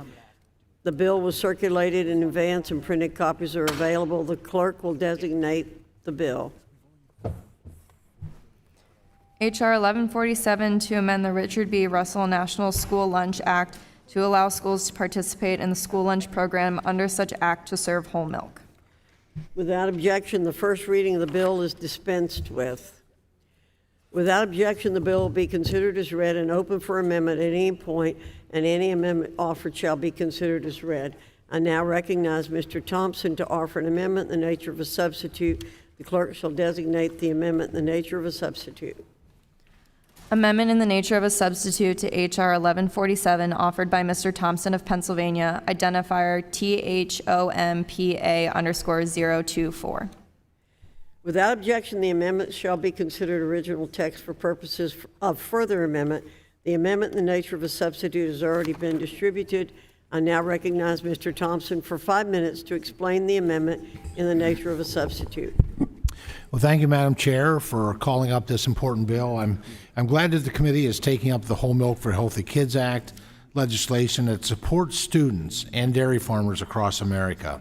Milk is an essential building block for a well-rounded and balanced diet, offering 13 essential nutrients and numerous health benefits. However, out-of-touch federal regulations have imposed dietary restrictions on the types of milk that students have access to in school meals. Students have been limited to fat-free or reduced fat milk since the Healthy, Hunger-Free Kids Act was enacted in 2010. The USDA's latest proposed guidelines could roll back options even further by restricting flavored milk only to high school students and counting milk fat against weekly saturated fat allowances. There are several reasons why this top-down regulation are harmful to students and school districts that are forced to comply. First, we have seen students opt out of consuming milk altogether if they don't have access to a variety that they enjoy. According to the 2020 Dietary Guidelines Advisory Committee report, more than 2/3 of school-aged children fail to meet the recommended level of dairy. Let's face it, the only way to benefit from milk's essential nutrients is to consume it. And when students turn away from milk, they often opt for far less healthy alternatives. These regulations also perpetuate baseless claims that milk is bad for our kids. Research has shown time and time again that whole and 2% milk, and let me rephrase that, whole, which is 3.5% milk fat, and 2% milk, are not responsible for childhood obesity and other health concerns. In fact, these beverages are so nutritious that research consistently shows positive health outcomes for children who consume milk. Madam Chair, I ask for unanimous consent to insert into the record 15 academic studies from researchers across the country and around the world who studied the health effects of full-fat dairy products. Without objection. Thank you. These studies show, among other things, that full-fat dairy foods have no association with high blood pressure, cardiovascular disease, type 2 diabetes, obesity, blood pressure, or cholesterol. In fact, several of these studies show full-fat foods helped improve or lower negative health outcomes for children who drank more full-fat dairy beverages. I also ask for unanimous consent, Madam Chair, to insert into the record several letters of support for this legislation from the Nutrition Coalition, the International Dairy Foods Association, the Northeast Dairy Foods Association, and a coalition of more than 50 dairy producers across the country. Without objection. Thank you. With broad support across the industry and academia, we need to follow real science, not political science. It's time that we push back on the notion that federal bureaucrats know what's best for students. I'm focused on listening to the school professionals who serve our students every day and parents who are concerned about the lack of options in the school cafeteria. For our children to excel in the classroom and beyond, they must have access to more nutritious options, not fewer. The Whole Milk for Healthy Kids Act will allow schools participating in the National Schools Lunch Program to serve all varieties of flavored and unflavored milk, including whole milk. This substitute amendment provides minor technical changes to help ensure our children's food service workers have the flexibility they need in serving the students milk at lunch. I am proud to have 106 bipartisan co-sponsors from 39 states supporting this legislation, including 22 members of this committee, as well as every student, school district, and family throughout America who will benefit from this legislation. Although there is more work to do for school meal nutrition, this change gives students access to a nutritional beverage they want and need. The bottom line is the Whole Milk for Healthy Kids Act is all about ensuring students have the necessary nutrients to learn and grow. I encourage all of my colleagues to support this legislation, and I yield back. The gentleman yields back. For what purpose does the ranking member seek recognition? Move to strike the last word. The gentleman's recognized for 5 minutes. Thank you, Madam Chair. Madam Chair, H.R. 1147 is an attempt to legislate nutrition standards and disregard evidence-based recommendations made by the Dietary Guidelines for Americans. The bill would allow schools participating in the National School Lunch Program to offer whole milk, violating current science-based standards to protect the health of children. Now, if this was consistent with science, we wouldn't be here. The science-based committees would have already done this. But randomized controlled studies, the strongest type of scientific evidence, have consistently shown that food high in saturated fat, including full-fat dairy studies, raises bad cholesterol known to cause heart disease. According to the National Health and Nutritional Examination Survey, 1 in 5 children age 8 to 17 already has adverse cholesterol levels. Moreover, it's vital that any nutrition standards are guided by science, not politicians. This bill inserts Congress into a science-based process. As mentioned in my opening statement, I'm further disappointed by the majority's decision to depart from precedent by moving a child nutrition bill through the committee outside of a comprehensive child nutrition authorization. Rather than take the opportunity to holistically improve our nation's child nutrition programs, we're now prioritizing interfering with evidence-based nutrition standards. As of this morning, organizations including the American Heart Association, the Academy of Nutrition and Dietetics, the Center for Science and Public Interest, the Physicians Committee for Responsible Medicine, and the National WIC Association have expressed concerns for this bill. For these reasons, I urge my colleagues to oppose the bill and yield back the balance of my time. Wait a minute. Bobby over here. I'm sorry, yield. I thank the gentleman, and I appreciate your recognition of science, but sometimes science, obviously, we don't always get it right, and that's what we've found in the past with the Dietary Guidelines for Americans. I appreciate the fact that you referenced that Dietary Advisory Committee, because I would share with you that the most recent dietary guidelines for Americans reported that more than 2/3 of school-aged children fail to meet the recommended level of dairy consumption. And a big part of that was, quite frankly, we gave them, since 2010, an awful milk experience. We're talking about 3.5% milk fat. And I was here for that 2010 debate. It's been proven since then that that was bad science and the most recent science, and I referenced those of submitting 15. There's more out there of credible research studies that show. And then our practitioners, the American Academy of Pediatrics, have stated that dairy products play an important role in the diet of children and is the leading food source of 3 of the 4 nutrients of public health concern: calcium, vitamin D, and potassium. And I think I know I'm absolutely confident you've done what I've done and what many members have done on this committee. We visit our schools. We spend time there. We spend time in the lunch line, and we look at the waste and the unopened half-pint milk containers that are discarded, the amount of food waste, and it largely is because not only have been cheating our children of the most nutritional access to the most nutritional beverage since 2010. Quite frankly, we've been contributing, in my opinion, to childhood obesity, because we're all going to drink some type of beverage, and children are going to drink some kind of beverage. And the substitute has been high sugar, high caffeinated beverages, which, quite frankly, do not have healthy outcomes. And so I appreciate your reference to the science, and this is a policy that has really cheated our children from access to that most healthy beverage. And at the same time, it has led to economic demise in rural America, as we've seen, because of that, a loss of dairy farms and dairy herds, and quite frankly, small businesses that are in that supply chain. It's time to reverse the mistake that was made in 2010. And I yield back.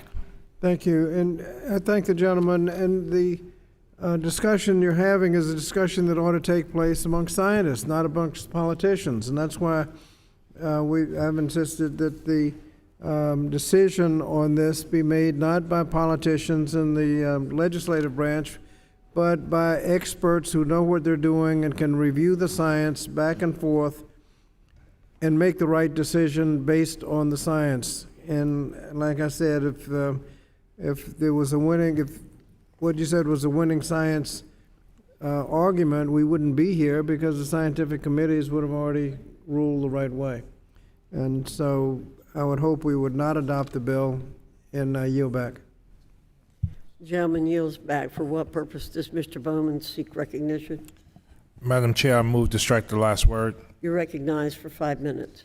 Thank you, Madam Chair. I speak today in opposition to H.R. 1147. We all know how important school meals are for our kids. For so many young people, the meals they receive at school are the most important, reliable source of nutritious food. It's critical that the meals we give to our kids are consistent with the latest science on nutrition, to Mr. Scott's point. School meals should be able to meet the needs of all of our kids. That requires attention to students' background and culture, their dietary needs, and the latest science on nutrition for growing young people. Currently, school meals and beverages are required to be consistent with the dietary guidelines for Americans. These are evidence-based recommendations set to provide nutritional guidance. I want to emphasize this point. These are recommendations that are based on up-to-date science. Allowing whole milk to be served to children contradicts recommendations from the DGAs, which aim to meet nutritious needs, promote health, and prevent disease. The American Heart Association, the American College of Cardiology, the Centers for Disease Control and Prevention, and the World Health Organization all agree that replacing saturated fats with unsaturated fats reduces the risk of heart disease in both children and adults. H.R. 1147 would effectively remove the requirement for milk served in the school meal program to be consistent with the DGAs. This bill is a blatant attempt to inappropriately legislate nutrition standards and disregard science. I also have here a letter from the Physicians Committee for Responsible Medicine opposing this bill. I want to read a few lines from it that I think are particularly important. It says, allowing full-fat milk to be offered as part of school lunches is both unnecessary and harmful to children's health. Early signs of heart disease, high total and LDL cholesterol, and other indicators of impending cardiovascular disease are appearing in children with increasing frequency.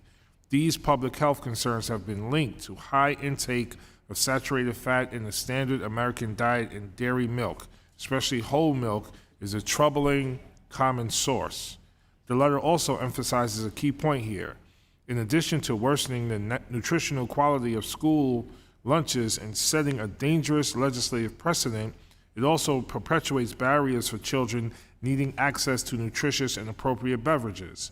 The bill requires schools to provide non-dairy milk substitutes only if a parent submits a doctor's note documenting a disability.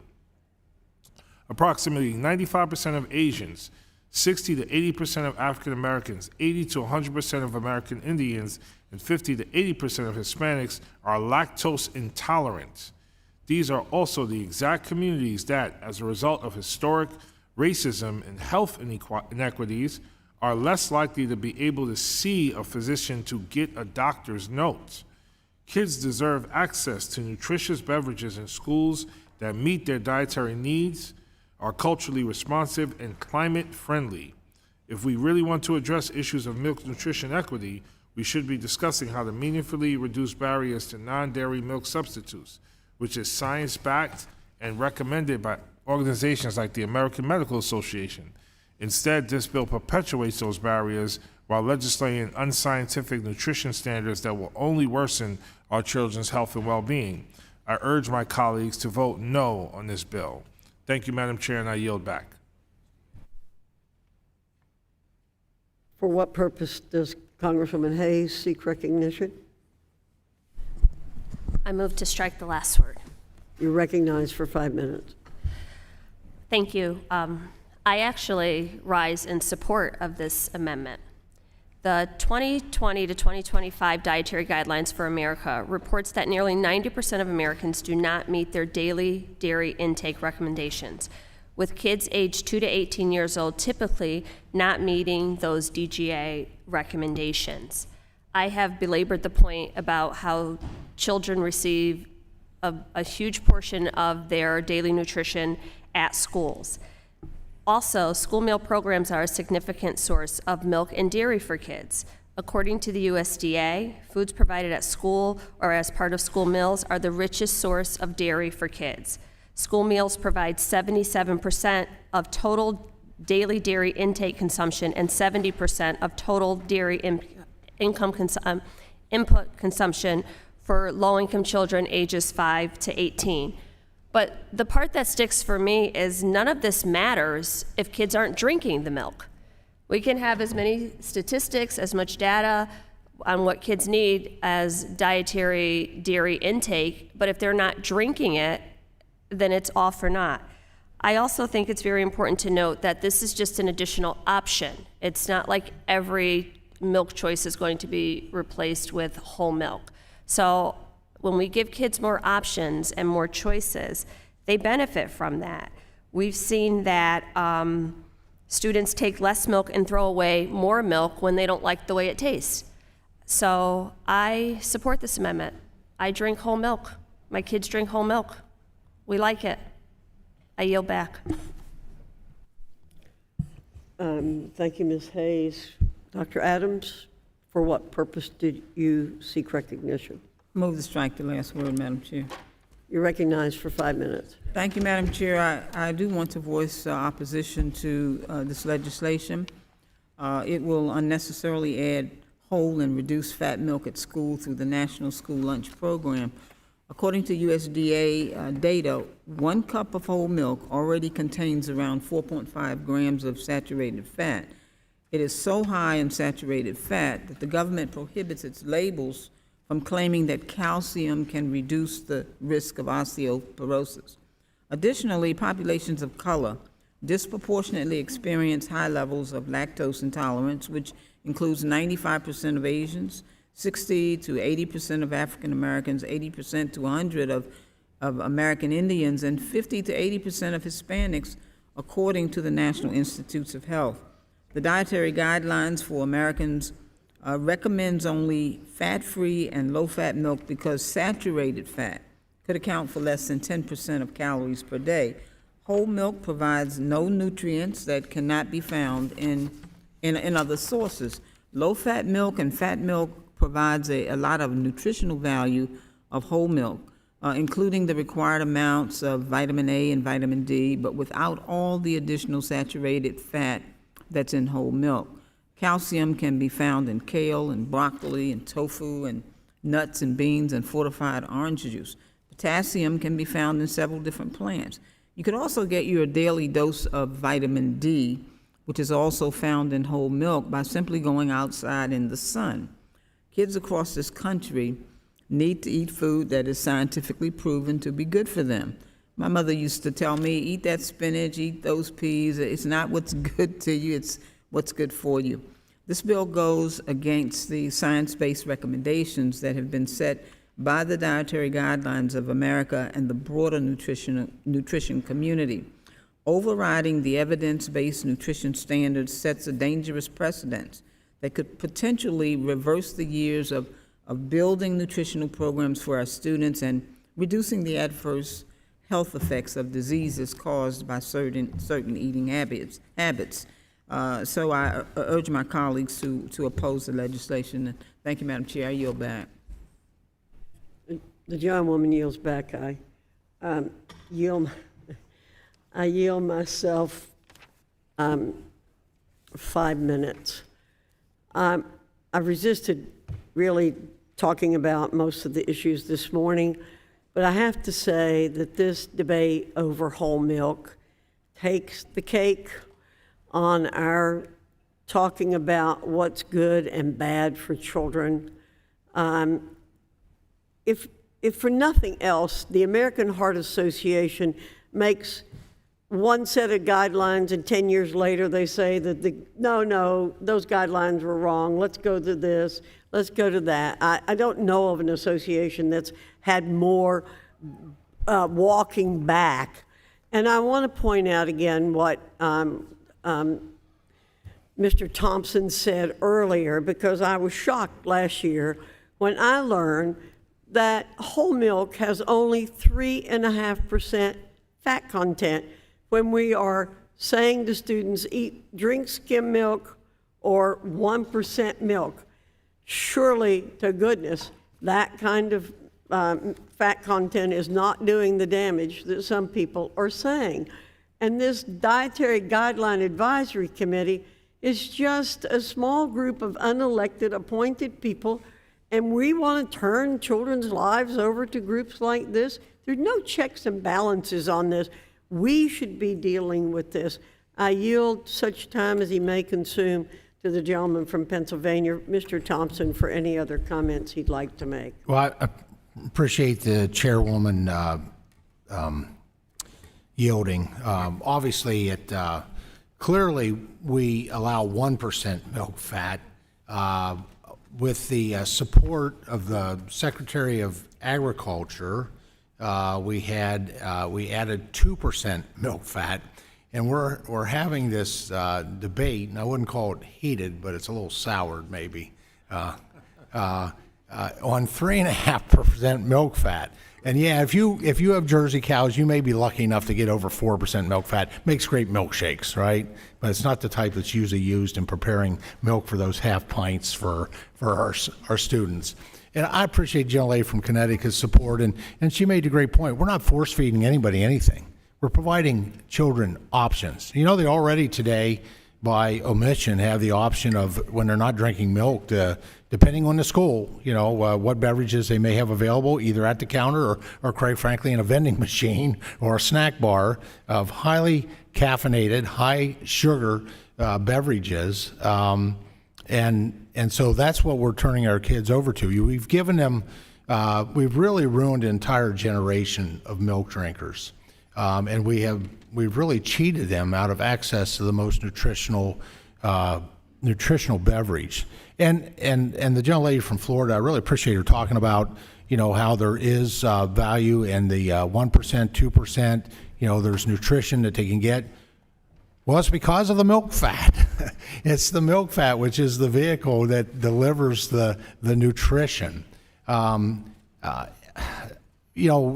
think we can actually take a step today by passing this, that we can improve the nutritional status of our children going forward. Because if we give them a good milk experience, and they don't have to drink it, as the gentlelady from Connecticut pointed out, and in the bill it talks about the range of different milk-related alternatives that are there, and that doesn't change that. But I would argue, and I think pretty convincingly, that we will see a reduction in somewhat, I don't know to what degree, of childhood obesity. As we get them to drink a beverage, which, by the way, studies have shown to be an effective drink for dieting because of how satisfying it is. You don't go back for a second glass, where you may for some other heavy sugar caffeinated beverage. And so there's the research and the ranking member, and I agree, we ought to do things with data and science. I just question the agenda of those folks. I question the process of the Dietary Advisory Committee. That's a whole different thing. We have no oversight over that. They're completely appointed. These are unelected bureaucrats, and there's no oversight. This is our chance to maybe do something positive in that process too, to say, hey, we're watching what you're doing. We're looking over your shoulder, because it seems like over the years, every food group has had its turn in the barrel of being demonized, only the next time they issue standards, to say, oh, we were wrong. We missed the science on that. So I appreciate the gentlelady yielding. And again, this is a choice. Instead of having bureaucrats tell us what to do, like whether we should have gas stoves or not, we give a choice, and we don't let somebody else run our lives. Matt, yes, Ms. Bonamici, for what reason do you seek recognition? You're recognized for 5 minutes. Thank you very much, Madam Chair. I regret that I missed some of this discussion. I had another commitment, but I did want to note that we should be working on the child nutrition reauthorization in a comprehensive manner, not piecemeal. That's the first point I want to make. And I know that whole milk contains significantly more saturated fat, more cholesterol, more calories per serving than fat-free and low-fat milk. And I want to note that the American Heart Association, the Academy of Nutrition and Dietetics, and the American Academy of Pediatrics agree with the dietary guidelines for Americans, the DGAs, and recommend switching to low-fat and fat-free milk for children 2 years old and older. Experts agree that saturated fat from whole milk dairy products can contribute to the development of heart disease beginning in childhood. Milk has been a staple in children's diets across the country and plays a role in providing key nutrients. There's no doubt about that. For this reason, it's critical that schools provide nutritious milk options, and that includes fat-free and low-fat milk. Now, let me be clear, fat-free and low-fat milk offer the same nutrients as whole milk: calcium, vitamin D, vitamin A, protein, potassium, without the additional fat, cholesterol, and calories found in whole milk. Additionally, there's limited evidence to suggest that offering whole milk reduces food waste when it comes to taste. It appears that whether the milk is flavored matters more to children than the milk's fat content. And current regulations, as you know, allow for flavored low-fat and non-fat options. I encourage all of my colleagues to do what I've done a couple of times recently, and that's visit schools when they're serving lunch. And I tell you, kids are very excited about the milk, particularly the chocolate milk. They don't miss whole milk. They are drinking milk, and plenty of it.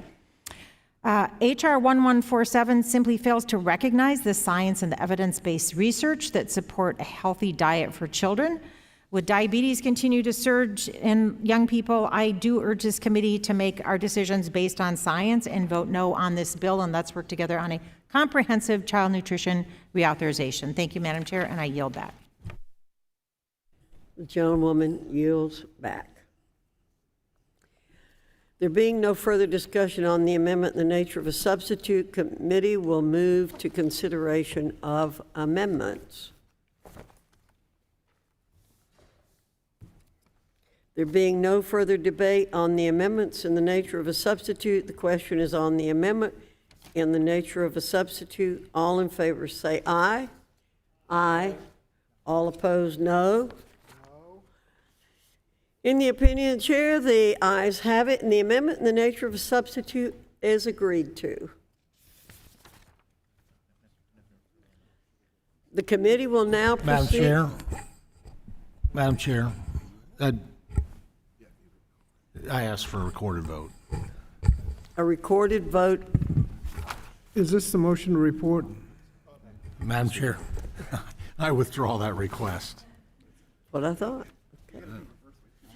The committee will now proceed with the consideration of the Bill H.R. 2813 for amendment. The bill was circulated in advance and printed copies are available. The clerk shall designate the bill.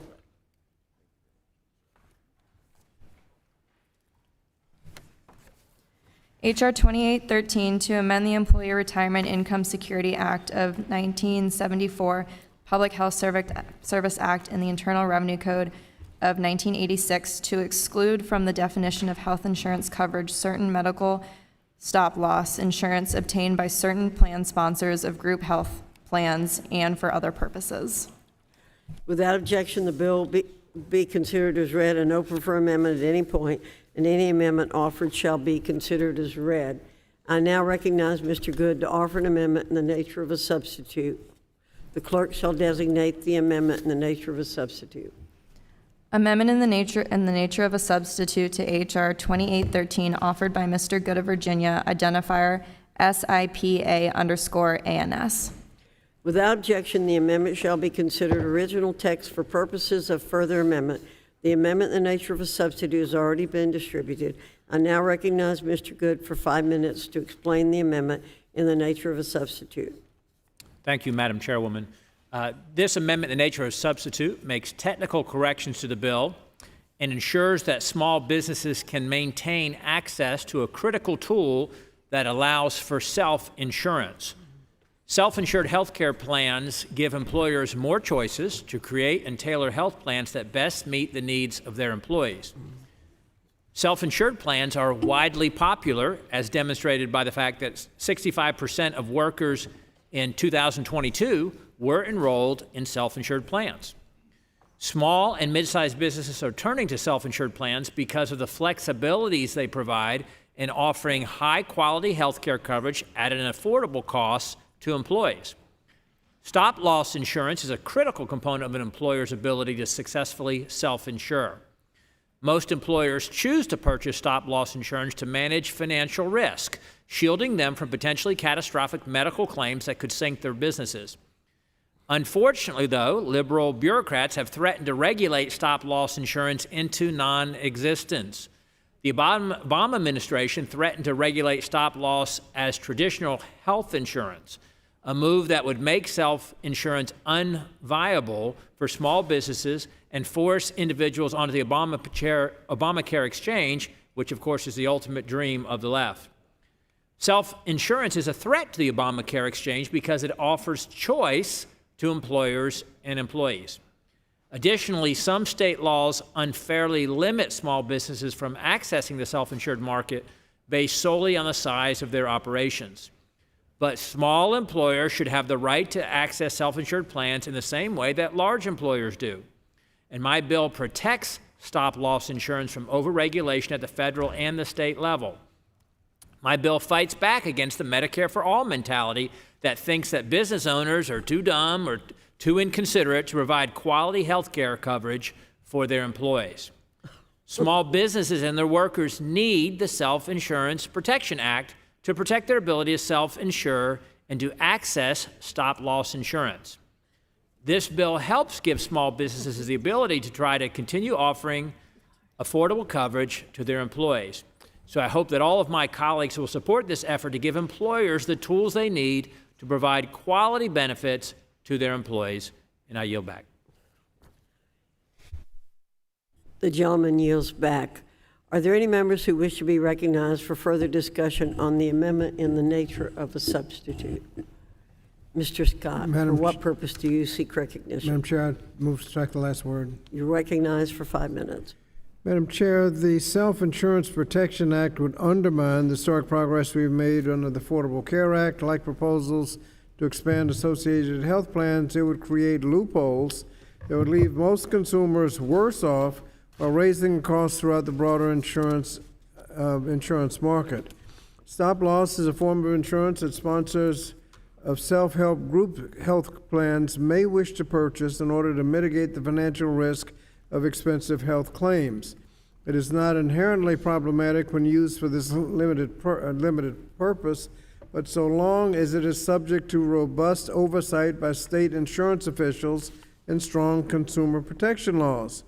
However, experts have noted that a rise in so-called level-funded plans in recent years really raises some questions. In these arrangements, a group health plan operates as if it were self-insured, but the employer purchases stop-loss policies that mimics traditional health insurance without being subject to the rules that ordinarily apply to health insurers. In so doing, the plan shifts virtually all the financial risk to an insurance company, but is only subject to rules that apply to self-insured plans. This means, for example, that a plan does not need to cover essential health benefits such as emergency services, maternity and newborn care, mental health and substance abuse treatment, and prescriptive drugs. So I'm deeply concerned that the legislation we're considering today would make it essentially impossible for state and local regulators to take any action to protect consumers from misuse of stop-loss insurance. H.R. 2813 would exclude stop-loss from the definition of health insurance coverage under federal law. This would have little immediate effect because stop-loss is not currently considered health insurance, but the impact could be felt in the future if the Department of Labor determines that regulations are needed to rein in health insurance that masquerades as stop-loss. Even more troubling, though, is the radical step the bill takes to undermine the authority of health insurance regulators to rein in abusive practices in the stop-loss market. For example, it amends the preemption clause of ERISA to impose a sweeping prohibition on states that wish to enact any laws that would prevent the sale of stop-loss insurance. States such as New York, North Carolina, Delaware, and others have already imposed reasonable requirements that make sure that stop-loss sold in the state serves its intended purpose of mitigating financial risk, not serving a workaround that allows for the sale of unregulated health insurance. This bill would invalidate those state laws and prevent other states from enacting similar laws in the future. As with association health plans, creating a system where plans could cherry-pick healthy individuals and segment the insurance market, that would increase the costs, and leave behind older and sicker people. Although in the younger and healthier group, they might save some money, but everybody else would pay more. This would dramatically undermine the stability of the individual and small group insurance markets throughout the country, and so due to the deeply harmful impact that this would have on consumers generally, I urge my colleagues to oppose the bill. You're back. Gentleman yields back. For what purpose does Mr. Williams seek recognition? Madam Chairwoman, I move to strike the last word. The gentleman's recognized for 5 minutes. Madam Chairwoman, I want to voice my strong support for the Self-Insurance Protection Act. Self-insurance is a fantastic tool for businesses to reduce their health care costs and tailor their coverage to the specific needs of their employees. Unfortunately, Madam Chairwoman, my home state of New York goes further than any other state in prohibiting businesses from purchasing the stop-loss coverage necessary to make self-insurance work. In New York State, no business with fewer than 100 employees is able to purchase stop-loss coverage. This restriction was set at 50 employees or less until 2016. When it was increased to 100, this change resulted in approximately 1,400 to 1,700 mid-sized businesses losing their self-insurance coverage. Many of these businesses turned to the New York Health Insurance Marketplace Exchange, where they were faced with higher copays, larger deductibles, greater total out-of-pocket annual limits, narrower in-plan healthcare provider networks, and fewer out-of-the-network medical specialists. This hardly sounds like a step in the right direction for workers. The Self-Insurance Protection Act would right this wrong by preempting state law, allowing mid-sized businesses in New York to once again obtain stop-loss insurance, and goes even further by allowing all businesses to obtain stop-loss insurance. Madam Chairwoman, this bill represents a huge win for businesses in my state. I urge my colleagues to support this bill, and I yield back. The gentleman yields back. Are there other members who wish to be recognized for further discussion on the amendment and the nature of a substitute? There being no further discussion on the amendment and the nature of a substitute, the committee will move to consideration of amendments. For what purpose did the gentleman from Connecticut seek to be recognized? The clerk will report the amendment. Amendment to the amendment in the nature of a substitute to H.R. 2813, offered by Mr. Courtney of Connecticut, identifier SIPA_PREEMPT_AMD.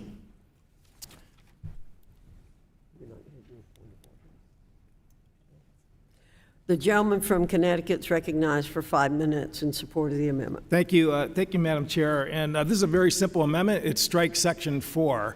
And the intent of it is to actually restore states' rights and federalism, which this bill completely capsizes with federal overreach in terms of dictating to states how they want to decide to regulate insurance arrangements that include stop-loss insurance. Again, in 1974, when the Employment Retirement Income Security Act was passed, it carved out a savings clause that permits states to regulate the sale of insurance, including health insurance and stop-loss insurance. That has been the law, recognizing the rights of state governments, which, back in the day, that was something that Republicans cared about in terms of federalism, which was really sort of one of the bedrock principles of the government, which is to allow states to be laboratories of democracy and come up with their own systems in terms of trying to balance consumer rights, patients' rights, and health insurance marketplaces under their purview.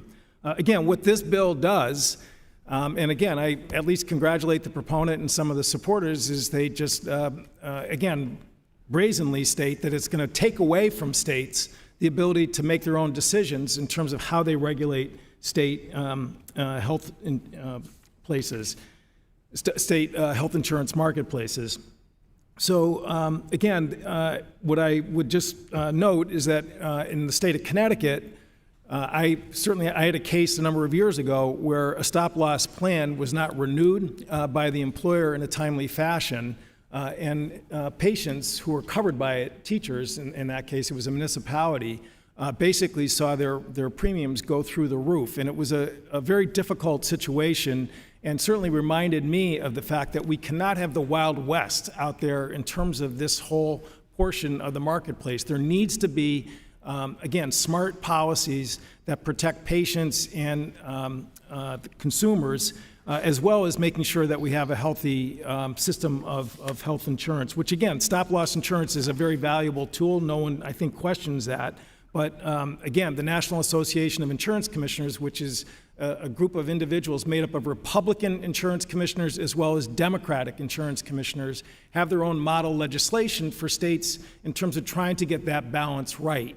What this bill would do is completely rob those elected or appointed officials, again, sometimes in red states or blue states, from basically setting up their own systems in terms of their own health insurance marketplace. I was reminded, again, as we prepared this amendment, of Ronald Reagan's favorite applause line, which was, quote, "The 9 most terrifying words in the English language are, 'I'm from the federal government and I'm here to help.'" That's exactly what this bill is today. It is the federal government, in the guise of this legislation, coming in and telling states, you do not have the right, which has been the law of the land for almost 50 years, to basically regulate the sale of health insurance and the consumer protections and patient protections, which are very much a real-life priority. And my amendment basically just restores that existing balance, respects federalism, respects states' rights in terms of them having that decision to make. And sometimes you may not like it in Washington, and sometimes you may support it, but I think we have a duty, a constitutional duty, to respect that federalism, which again is a bedrock principle of our government. And with that, I yield back. The gentleman yields back. I yield myself 5 minutes. I'm opposed to the gentleman's amendment that it strikes Section 4 of the bill, which prohibits states from limiting employers' access to the self-insurance market. Unfortunately, a handful of states have passed laws which prohibit small employers from self-insuring. Many employers choose self-insurance because they can customize their plans to their workforce and lower premiums. It's a valuable choice which should be accessible to small and large employers alike.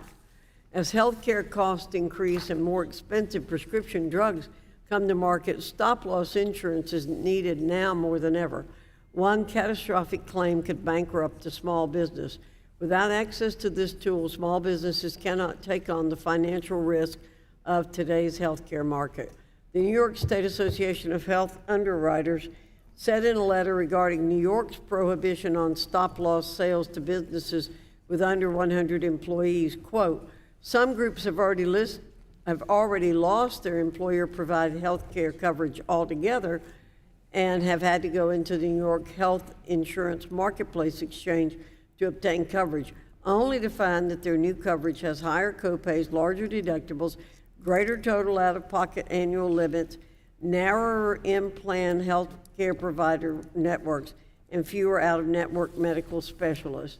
It's clear as day that this amendment would increase costs for workers, limit their coverage choices, and force many to purchase plans on the ACA exchanges. For these reasons, I urge my colleagues to vote no on the amendment and yes on the Self-Insurance Protection Act.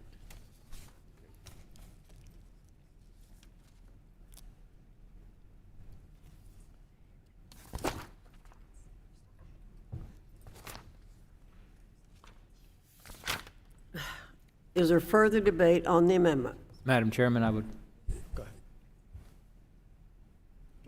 Mr. Grijalva, Yeah, let me, you're yield. recognized for 5 minutes. I'd like to yield my time to Mr. Courtney. Thank you, Mr. Grijalva. I'll be very quick. Again, I have no doubt in the state of New York, there are people who are upset with the state law and the state provisions that they feel cause negative outcomes. What I would say to them is, run for office in the state of New York. I mean, that's where that decision was made. What this bill proposes to do is to say that the voters of the state of New York, the elected officials of the state of New York who passed X, Y, and Z law is going to be basically brushed aside because we know better here in Washington how to basically decide the question that was done through duly democratic processes that, again, it used to be that the Republican Party not only respected but touted as the preference in terms of having decisions made closest to localities and to the people. And it's really kind of astonishing to sit here and to hear a measure being debated where we're hearing is that people, whether it's in North Carolina or New York or Minnesota or Connecticut, made bad decisions. So therefore, we're going to step in and overrule it by the tool of preemption. Again, I think that people really should take a moment here and reflect on the bigger picture in terms of what's happening with this measure and vote yes on this amendment. I yield back. I yield back, Madam Chair.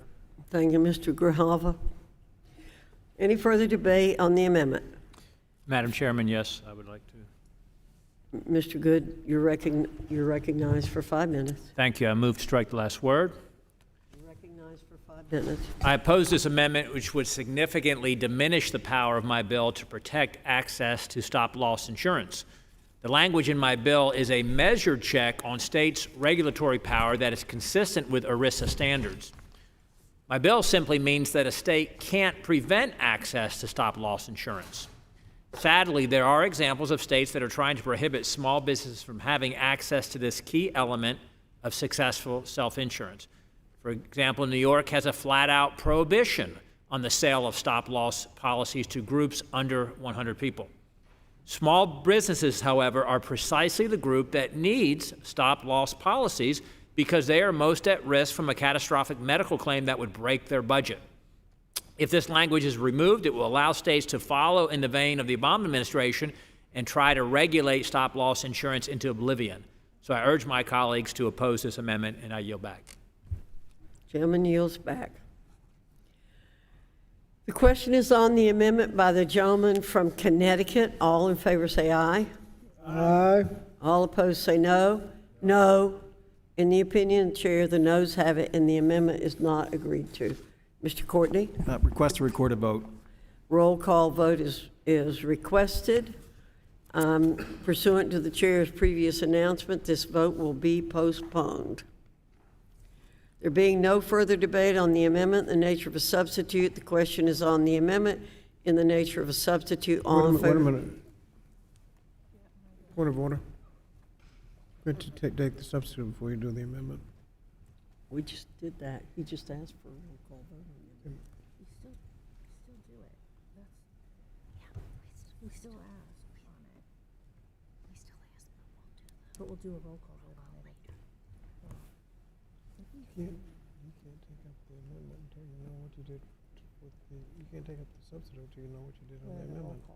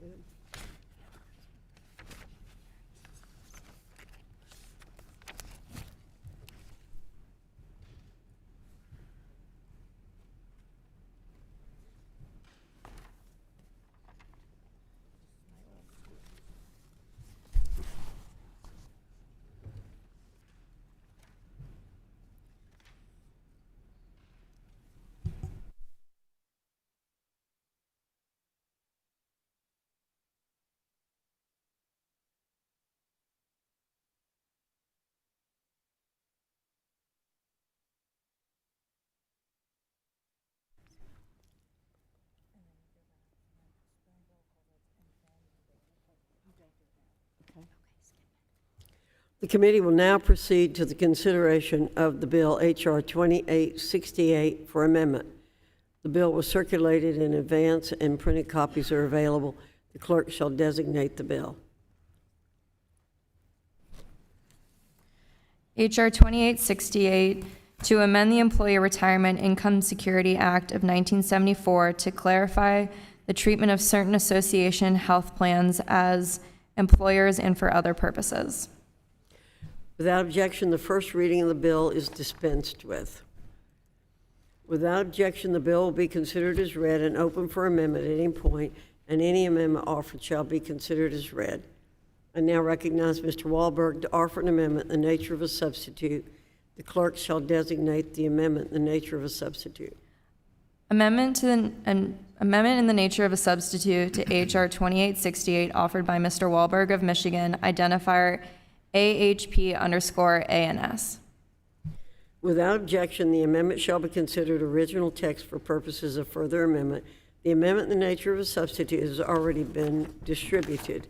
I now recognize Mr. Wahlberg for 5 minutes to explain the amendment in the nature of a substitute. Madam Chair, thank you. When I meet with small business owners, one of their biggest concerns is the cost of health care. With persistent inflation, a need for skilled workers, and supply chain problems, owning and operating a business is challenging enough without having to worry about finding health care coverage that doesn't break the bank. The Association Health Plans Act is the solution, I believe. This amendment in the nature of a substitute makes technical corrections to the bill and allows small businesses and self-employed individuals, including independent contractors, to band together to join an association health plan. Healthcare plans that large companies enjoy would now be in the reach of working Americans and job creators on Main Street. That means access to lower premiums and lower costs of America's overall healthcare spending by giving individuals an alternative to the Obamacare marketplace. In 2021, healthcare spending was 18.3% of the U.S. gross domestic product, a 38% increase from the 13.3% of GDP expended on health care in 2000. Clearly, Obamacare has failed America and its workers. The Obamacare exchanges are now more expensive than ever, with the expansion of the law's premium tax credits. Making this expansion permanent would cause 1.6 million employees to lose employer-sponsored insurance coverage and cost $247.9 billion over 10 years. The Biden administration's actions to weaken the firewall between employer-sponsored plans and Obamacare by illegally expanding Obamacare's subsidies costs $33 billion over the 10-year budgetary window. This isn't sustainable. Workers and small businesses deserve better health care. Now more than ever, we must pass the Association Health Plans Act. This innovative bill cuts health care insurance costs, evens the playing field, and offers small businesses, self-employed individuals, and even gig workers a better pathway than Obamacare. With that, Madam Chair, I yield back. Gentleman yields back. Are there any members who wish to be recognized for further discussion on the amendment and the nature of a substitute? Mr. Scott, for what purpose do you seek recognition? Thank you, Madam Chair. I move to second the last word. You're recognized for 5 minutes. Thank you, Madam Chair. Madam Chair, the Association Health Plans Act relies on a discredited approach to health care that Republicans have frankly been pushing for many years. It would create a two-tier insurance market that benefits a small number of younger, healthier people and leaves everybody behind paying more. The Affordable Care Act relies on a fundamental principle that everyone should be able to pay a reasonable price based on what's called modified community rating. That's essentially everybody pays average. This means that premiums are reasonable across the entire market, including those who are more likely to have higher health care costs, including those with pre-existing conditions. Now, if you let younger, healthier, and overall cheaper to insure form their own plans, they might have a lower cost for themselves. But the people who aren't able to get into these plans will have to pay more. That's simple arithmetic. Like similar proposals, this would shift more costs onto workers, particularly those who are older and sicker, while undermining key consumer protections, both state and federal. Law would allow small employer groups and individuals to join associations that would be subject to far fewer regulations than the traditional health plans. This would expose consumers across the insurance market to potential harm. Because associations under this bill would be treated as large employer coverage, they would be exempt from many consumer protections that apply to individual and small group markets. For example, these plans would not be required to cover the 10 essential benefits under the ACA, such as emergency services, behavioral health care, prescriptive drugs, maternity and newborn care. The bill would also explicitly permit associations to set premiums based on the specific profile risk of each participating employer. So employers joining the association could have as few as 2 employees. So this invites price discrimination based on otherwise impermissible reasons, such as gender, age, or health status of enrollees. This would make it easier for associations to cherry pick small employers with younger, healthier workforces. Small employers whose workers are older and sicker could get priced out and would have to remain in the traditional market where they would see their health premiums increase.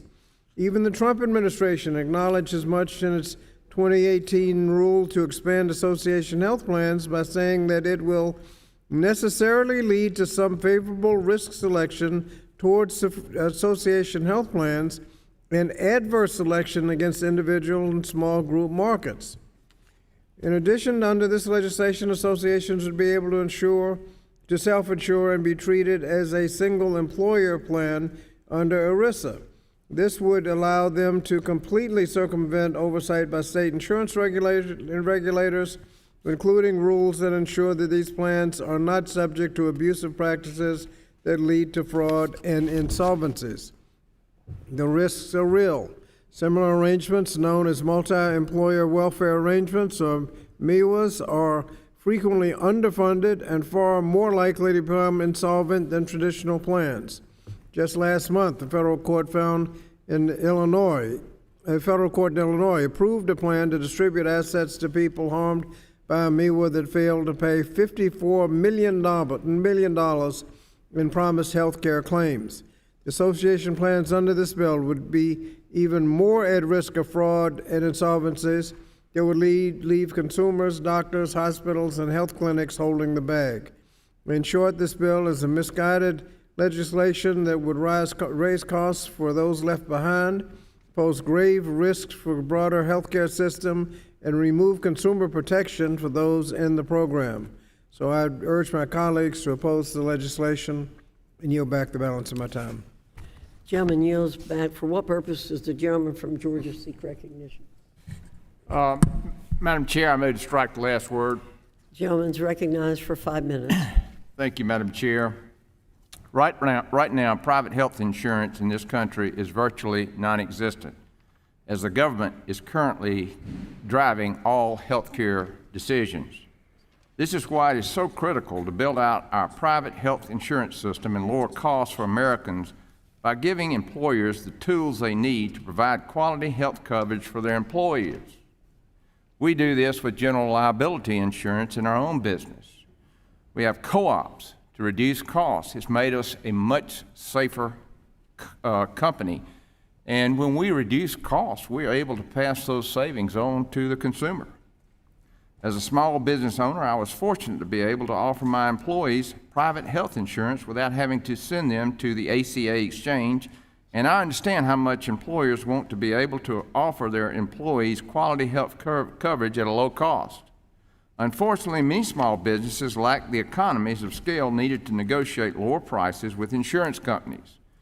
My work last Congress on the Healthy Future Task Force Affordability Subcommittee was centered around providing high-quality, affordable, and personalized health care for workers and their families, and providing innovative solutions such as association health plans so that more small businesses can offer health care benefits. That is why I was proud to become an original co-sponsor of the Association Health Plans Act, which will help remove barriers for employers, especially small businesses, and allow them to band together in association plans to lower their costs. You know, I asked my colleagues, you gave unions the waiver. This legislation will also expand association health plans by allowing self-employed individuals to participate in an ERISA-covered health plan. I encourage all my colleagues to vote in favor of this legislation to expand association health plans for small businesses and the self-employed, and with that, I yield back. Gentleman yields back. Are there any members who wish to be recognized for further discussion on the amendment and the nature of a substitute? Mr. Good, you're recognized for 5 minutes. Thank you, Madam Chairman. I support the Association Health Plans Act because it provides a flexible and affordable option for health insurance. These plans allow Americans to save up to 50% on health care costs by allowing small businesses to band together to offer lower-cost health insurance like larger employers are able to do. But sadly, this common-sense option that would benefit small businesses and self-employed individuals faces strong opposition from the left. Why is that? Because it threatens their vision for Washington-controlled health care and reduces the regulatory power of Obamacare. You see, Washington can spread its tentacles and crush small businesses if these smaller groups are subject to more rigorous regulations under Obamacare. But if they have the same option as large employers, Washington has less control. Sadly, there's a very recent example in my home state of Virginia of this hostility towards small businesses, individuals, and even state sovereignty. Last year, Virginia passed a law allowing realtors to form association health plans. But just last week, the Biden administration's Centers for Medicare and Medicaid Services sent a letter to Governor Youngkin trying to block Virginia from implementing the law because it doesn't comply with the mandates of Obamacare. But the people of Virginia have spoken. We want access to association health plans. Why won't the federal government get out of the way? The bill before us today provides the opportunity for the Virginia law to flourish, for states across the country to follow suit, and for employees to reap the benefits. By the way, this is consistent with our discussion of the previous bill, which was advocating against the state of New York being able to prevent stop-loss insurance. We are for more choice for employers and for consumers. And I urge all of my colleagues to support this legislation, and I yield back. The gentleman yields back. There being no further discussion on the amendment in the nature of substitute, the committee will move to consideration of amendments. For what purpose does Ms. Jayapal seek recognition? Madam Chair, I have an amendment at the desk. The clerk will designate the amendment. Amendment to the amendment in the nature of a substitute to H.R. 2868, offered by Ms. Jayapal of Washington, identifier AHP_maternity_AMD. The gentlewoman is recognized for 5 minutes in support of the amendment. Thank you, Madam Chair. This bill rolls back the historic progress of the ACA by facilitating the growth of association health plans, often called junk health plans. Association health plans would be exempt from the requirement to cover essential health benefits like mental health, hospital services, prescription drugs, and pregnancy and newborn care. My amendment would simply require that association health plans cover prenatal, childbirth, postpartum, and newborn care. If this bill were enacted without my amendment, these association health plans would not be required to cover any costs of care during pregnancy, childbirth, or infancy. We have a maternal mortality crisis in the United States, with maternal mortality rates in our country more than 3 times greater than other similar countries. This is a health equity crisis, too, because Black pregnant people are 3 to 4 times more likely to die from pregnancy-related causes than white pregnant people. Passage of this bill without my amendment would only make it worse. If a person became pregnant while enrolled in an association health plan that does not cover pregnancy and newborn care, they would face huge medical bills and worse health outcomes. Health costs associated with pregnancy, childbirth, and postpartum care cost an average of $18,865 without insurance coverage. If an infant needs care in the neonatal intensive care unit, it would cost an average of $3,500 per day. Pregnant people in association health plans could be fully responsible for these costs while also paying premiums and copays for all other needed medical care. Aside from giant medical bills, pregnant people without health coverage for prenatal care receive fewer prenatal services than their insured counterparts. They report greater difficulty in obtaining needed care, and they have poorer health outcomes during pregnancy and delivery. Newborns without health coverage are more likely to have adverse outcomes like low birth weight and death than insured newborns. Health coverage for pregnancy, childbirth, postpartum, and newborn care are proven to reduce both maternal and infant mortality. Specifically, expansion of Medicaid under the ACA resulted in a decrease in maternal mortality of roughly 18% due to expanded prenatal care. Similarly, newborns with health coverage are over 2 times less likely to die than their uninsured counterparts when hospitalized.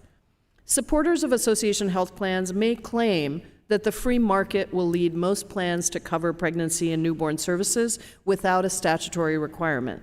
But history shows us that that is simply not the case. Before the ACA required coverage of essential health benefits, only 12% of plans in the individual health insurance marketplace offered maternity coverage. Democrats have worked for decades to increase access to and affordability of prenatal, postpartum, and newborn care. Under the ACA, Democrats made pregnancy and newborn care essential health benefits to ensure coverage in all types of health plans, including Medicaid. That substantial expansion of pre- and postnatal care led to earlier initiation of prenatal care and improved postpartum care. Medicaid expansion under the ACA has prevented over 250 maternal mortalities per year. In the American Rescue Plan, Democrats enhanced pregnancy and newborn care even more by giving states the option to extend Medicaid postpartum coverage to 12 months after birth, which 48 states have already done or are in the process of doing. I urge my colleagues across the aisle to join us in expanding and improving prenatal, postpartum, and newborn care instead of pushing bills like this that strip vital care from people who desperately need it. Opening the door to expand junk health plans will harm pregnant people and their newborns. Unsuspecting enrollees will be hit with tens of thousands of dollars in medical bills for pregnancy, childcare, childbirth, and newborn care, or they'll forego that care and face substantial complications and potentially death. My amendment would ensure that prenatal, postpartum, and newborn care are covered under association health plans. This care is vital and life-saving, and Congress cannot and must not allow loopholes for health plans not to cover it. I urge my colleagues to vote yes on my amendment to protect the lives of pregnant people and infants across the country. And I yield back the balance of my time.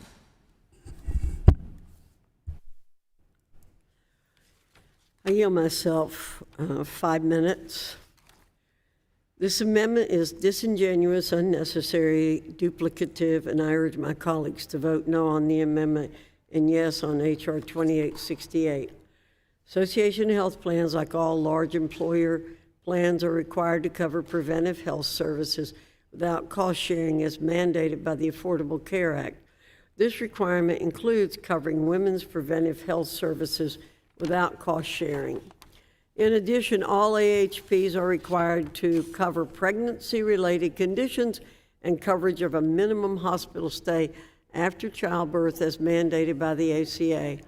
Title VII of the Civil Rights Act requires all plans, including AHPs, to cover pregnancy, childbirth, and related conditions in the same manner as they cover other medical conditions.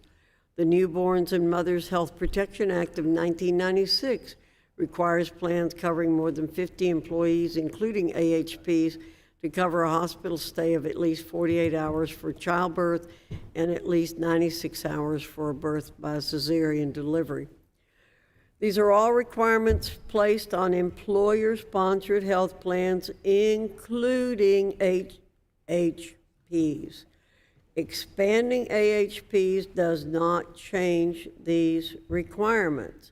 I will say again, this amendment's disingenuous, unnecessary, and duplicative, and I urge my colleagues to vote no on the amendment and yes on H.R. 2868.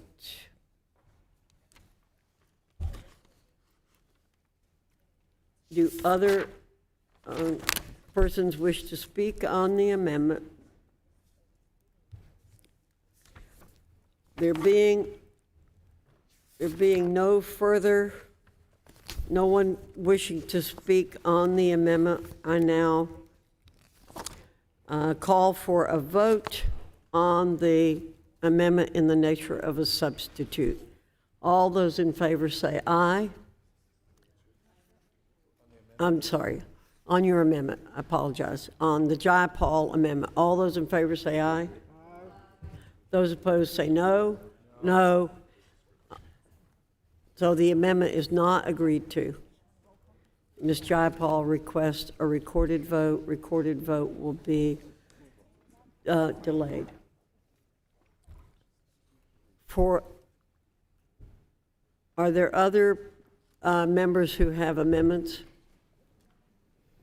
Mr. Scott, you're recognized for 5 minutes. Madam Chair, I have an amendment at the desk.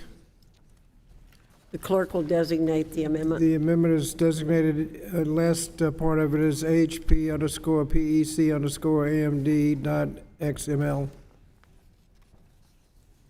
Amendment to the amendment in the nature of substitute to H.R. 2868, offered by Mr. Scott of Virginia, identifier AHP_PEC_AMD. Mr. Scott, you're recognized for 5 minutes in support of your amendment. Thank you, Madam Chair. Madam Chair, while the bill claims to provide protections for people with pre-existing conditions, it actually explicitly allows associations to take into account specific risk profiles of the member companies.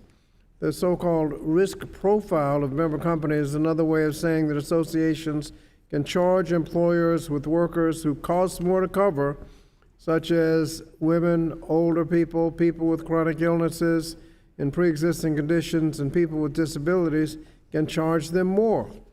In essence, this bill would undercut the pre-existing conditions protection provided for in the bill. It would allow associations to engage in the very price discrimination that we've been working to eliminate with the enactment of the Affordable Care Act. Now, I'm concerned that it would have an impact on premiums across the market, especially for people with pre-existing conditions. When the ACA was enacted, the guiding principle was that people should pay roughly the same amount for insurance regardless of whether they have a pre-existing condition. When associations were allowed to raise premiums based on risk factors of participating employers, only employers with healthier workers can participate. Those who are left behind, like those with pre-existing conditions, will see their costs increase. This amendment would simply ensure that people with pre-existing conditions are held harmless by preventing the bill from going into effect if it causes premiums of those with pre-existing conditions to increase. Now, if associations can form and exist without wreaking havoc and increasing premiums on those who aren't lucky enough to be in one, then the bill will not have any impact. And if the supporters do not think those with pre-existing conditions will pay more, then they should not be afraid of this amendment. However, if the Department of Labor ascertains that the bill would drive up premiums for people with pre-existing conditions, then the bill would have no effect. I urge my colleagues to support the amendment, and I yield back the balance of my time.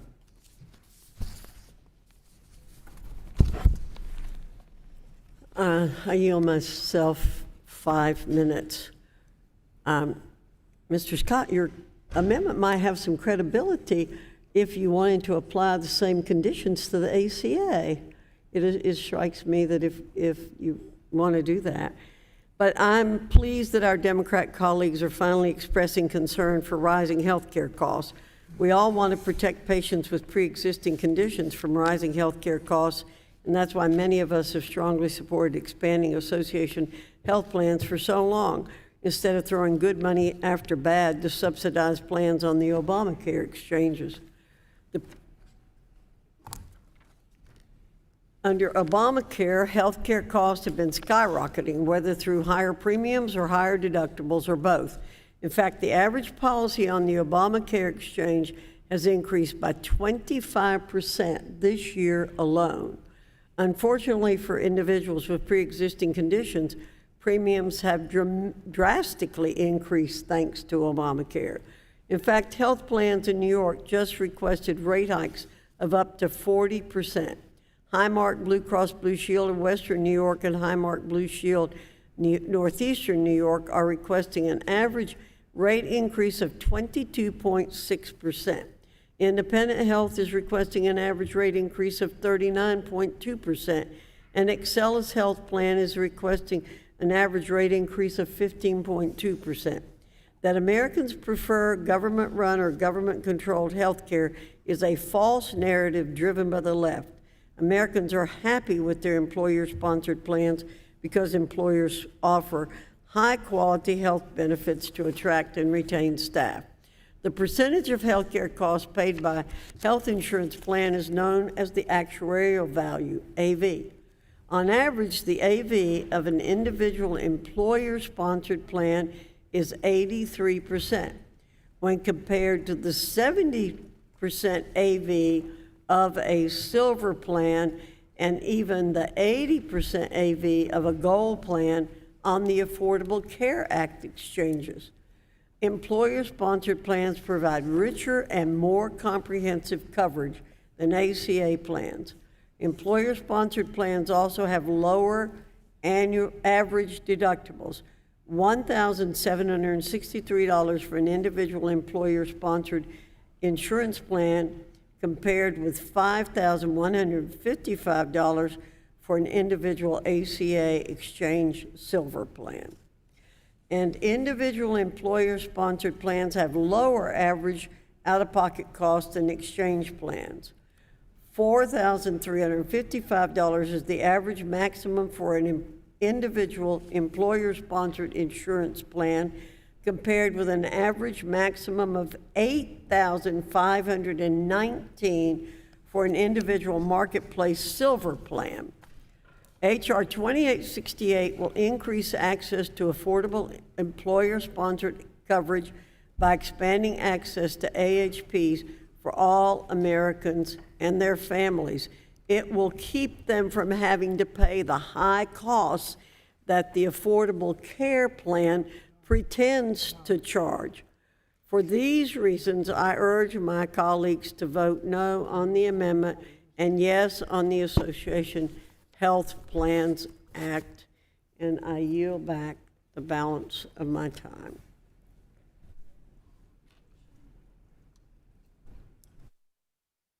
Seek recognition.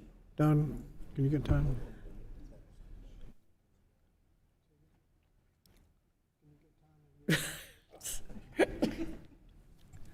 We're on the same I page believe, now. Mr. Norcross, you're recognized. Thank you so much. I yield to Ranking Member Scott. Thank you. I just make a couple of points. The protection for those with pre-existing conditions does apply to people on the Affordable Care Act. In fact, that's the main benefit, that even those with pre-existing conditions pay the same price as everybody else. You're not punished for having a pre-existing condition. And frankly, notwithstanding the increases, it hasn't affected what people are paying, because people are paying a percentage of their income on the Affordable Care Act. So if you're making less than about $150,000, you'll be paying the same as you were paying last year, unless your income went up. And finally, the employer-sponsored plans, you have to cover all of your employees. You can't cherry pick and just insure the healthy people in your company. You've got to insure everybody. Under these association plans, you can pick and choose who you're going to cover, and that's why the effect on those with pre-existing conditions is so severe, because those businesses with a sick person in their company aren't going to be picked. They will be relegated to the Affordable Care Act marketplace, and slowly but surely, that group will be sicker and sicker as the healthy people pull out and join some of these associations. That is the problem with the association plans generally, that healthy people can pull out, leaving behind those who are sick, and those who are left behind will be paying more. Now, if that's not the case, then pass the amendment, because that way, those with pre-existing, it just says if people with pre-existing conditions aren't paying more, then there's no problem. If they are going to pay more, then the bill can't go into effect. I yield back to the gentleman from New Jersey. The gentleman from New Jersey yields back. Mr. Wahlberg, you're recognized. Madam Chair, I just make a reminder that Association of Health Plans cannot put restrictions on membership based on health status related factors. That's a key point. And having said that, I yield to the chairwoman. Well, I thank the gentleman for yielding. I want to make that point again. Despite what the ranking member is saying, association health plans cannot cherry pick people who are in the plan. This is misleading the public. And it's the taxpayers who are paying these high prices in the Affordable Care Act, and they're getting it in the neck everywhere you see it. And as I said to you before, you want to put restrictions on the Association Health Care Act, then let's put them on Obamacare. You can't raise the rates there. And the rates, I've read the rates earlier on what's happening with Obamacare. They're through the roof. The only complaints I get in my office are from people who are being forced on Obamacare.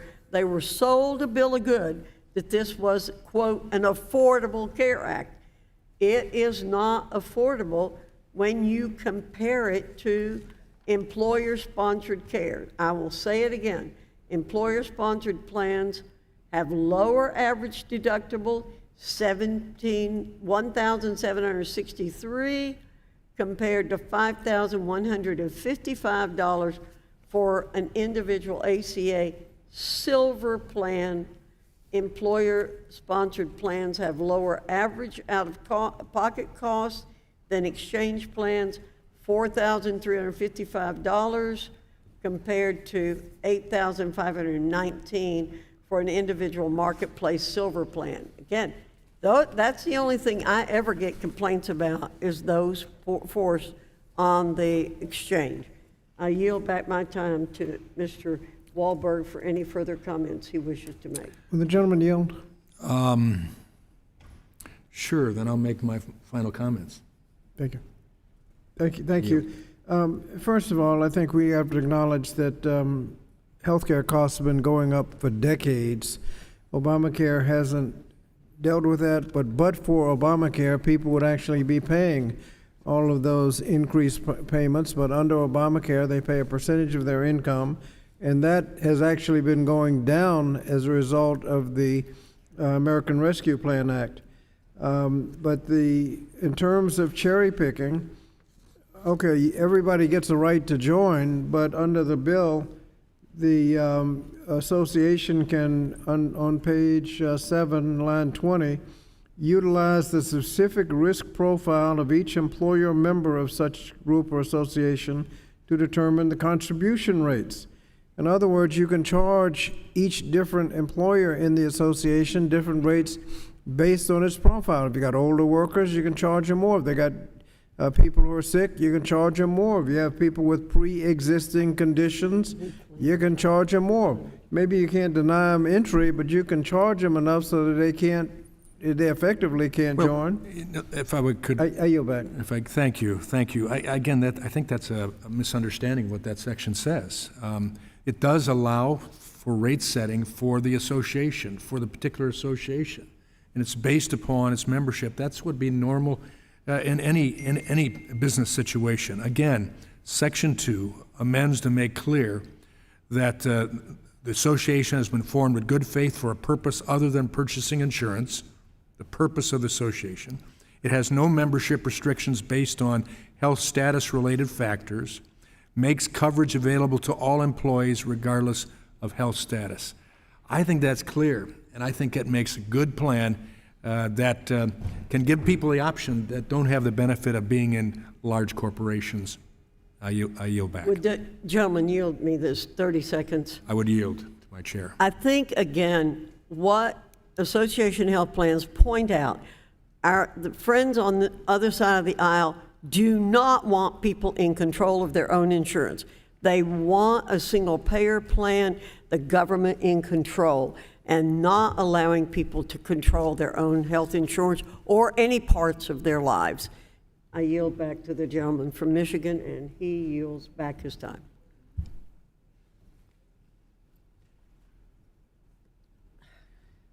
Does anyone else seek recognition on the amendment from the gentleman from Virginia? All time for debate has expired. Those in favor of the amendment from the gentleman from Virginia will say aye. Aye. And those opposed say no. No. In the opinion of the chair, the noes have it. I ask for a recorded vote. Gentlemen, request a recorded vote. I was shocked.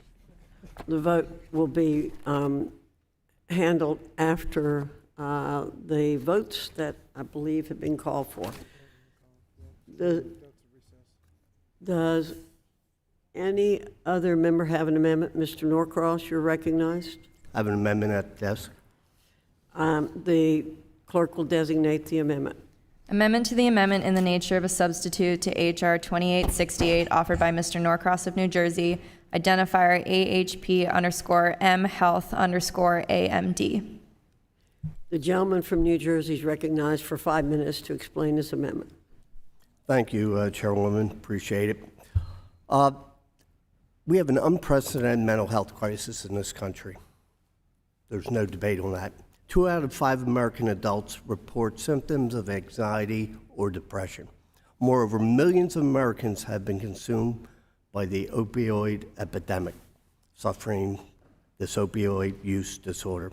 That's why it's so important to recognize and preserve the strides we made under the Affordable Care Act. The ACA ensures that small groups and individual markets cover essential health benefits. That foundation, which includes mental health and substance use disorder services.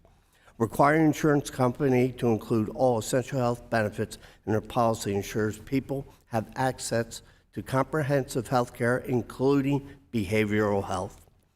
Before the ACA was enacted, insurance in the individual market routinely skipped these benefits.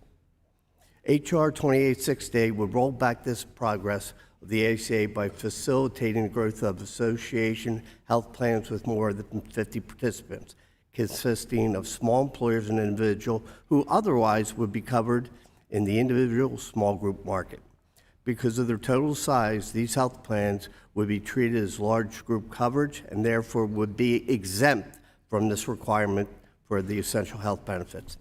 This amendment would close that loophole and ensure access to substance use disorder and mental health services is protected. As our country continues to struggle with a massive behavioral health crisis, this amendment protects access to needed coverage. We all know that there is no predictor of who's going to be addicted and who isn't. The risk is there for everyone, and to exclude this in light of all the evidence that we've seen in the last few years would be catastrophic for those who will be suffering. You know, insurance, very easy concept. Together we share the risk. You remove the risk and we're all alone. You're out there without a net. You could get lucky, but you also could be devastated, not only financially, but it could cost you your life. We have the concept in this country, the preamble to the Constitution that says, we the people, together we do better. We start excluding or giving the ability to bail out those who've been blessed by being a little bit younger, a little bit healthier, with no risk. That's a good thing. But that risk is going to everybody else. That's the concept of insurance, coming together. And I believe that this amendment will not only level the playing field, and that's all we're asking for, a level playing field, apples to apples, that people will die. People will not get the coverage for mental health. We saw what has happened during the pandemic. Prior to the pandemic, the numbers were coming down on the overdose deaths. Now they're going to the exact opposite area because people were not accessing that coverage that is so badly needed. And I would just encourage all my colleagues to vote for this amendment to save those who are being devastated by mental health and addiction. And with that, Madam Chairman, I yield back. The gentleman yields back. I yield myself 5 minutes.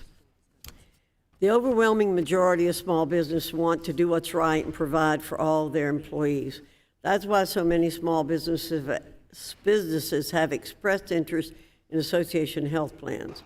The goal of this legislation is to provide a more level playing field between small businesses and big businesses so that more workers have access to affordable coverage. I hope that's something we can all get behind. The drafters of the Affordable Care Act specifically exempted large employer health plans from the Essential Health Benefits, EHB, requirement, which includes requirements to cover mental health and substance use disorder services.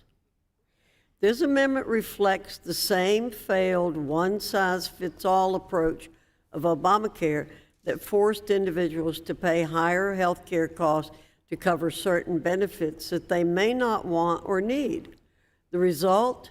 Health insurance premiums are skyrocketing. Patients have fewer choices, and fewer small businesses are offering health coverage.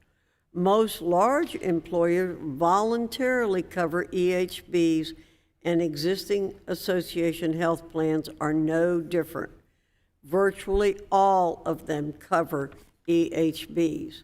There's no need to create additional mandates on large employers or on AHBs, which create the same large coverage pools. Additional mandates would take away AHP's flexibility to change plan and benefit designs to fit employees' needs. The American people are looking for a better way on health care, and that's exactly what the Association Health Plans Act will deliver. Because this amendment would continue the same failed approach to health care that has increased costs for hardworking men and women and creating an uneven playing field between large and small employers, I urge my colleagues to vote no on the amendment and yes on H.R. 2868. So as we often have different points of view on what's a level playing field, I think this is a bad amendment. You know, today we've had a lot of discussions about fairness and other issues, and I think this is another example, again, of a distortion of what is a level playing field. I yield back the balance of my time.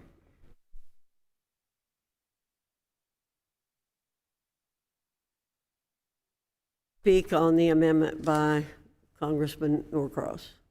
If not, then I'll call for the vote on the amendment offered by Congressman Norcross. All those in favor say aye. Aye. All those opposed say no. No. In my opinion, the noes have it. The amendment is not agreed to. Mr. Norcross requests a recorded vote, which will be delayed until the other votes. Are there any other amendments? Ms. Hayes? Thank you. I have an amendment at the desk. The clerk will designate the amendment. Amendment to the amendment in the nature of a substitute to H.R. 2868 offered by Ms. Hayes of Connecticut, identifier AHP_OW_AMD.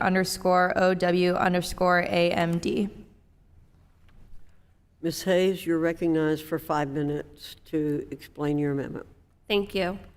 Association health plans have a long, well-documented history of cutting costs for themselves by cherry-picking the people they can cover more cheaply and leaving everyone else behind. This rising costs for those not chosen, and this raises costs for those not chosen and causes premiums to go up in the rest of the insurance market. Republicans have been pushing this idea for decades, and experts have consistently found it to be harmful. In the final rule adopted in 2018 by the Trump administration, the Department of Labor acknowledged as much, noting that the association health plans could, quote, use their regulatory flexibility to design more tailored, less comprehensive health coverage, which will necessarily lead to some favorable risk selection towards AHPs and adverse selection against individual and small group markets.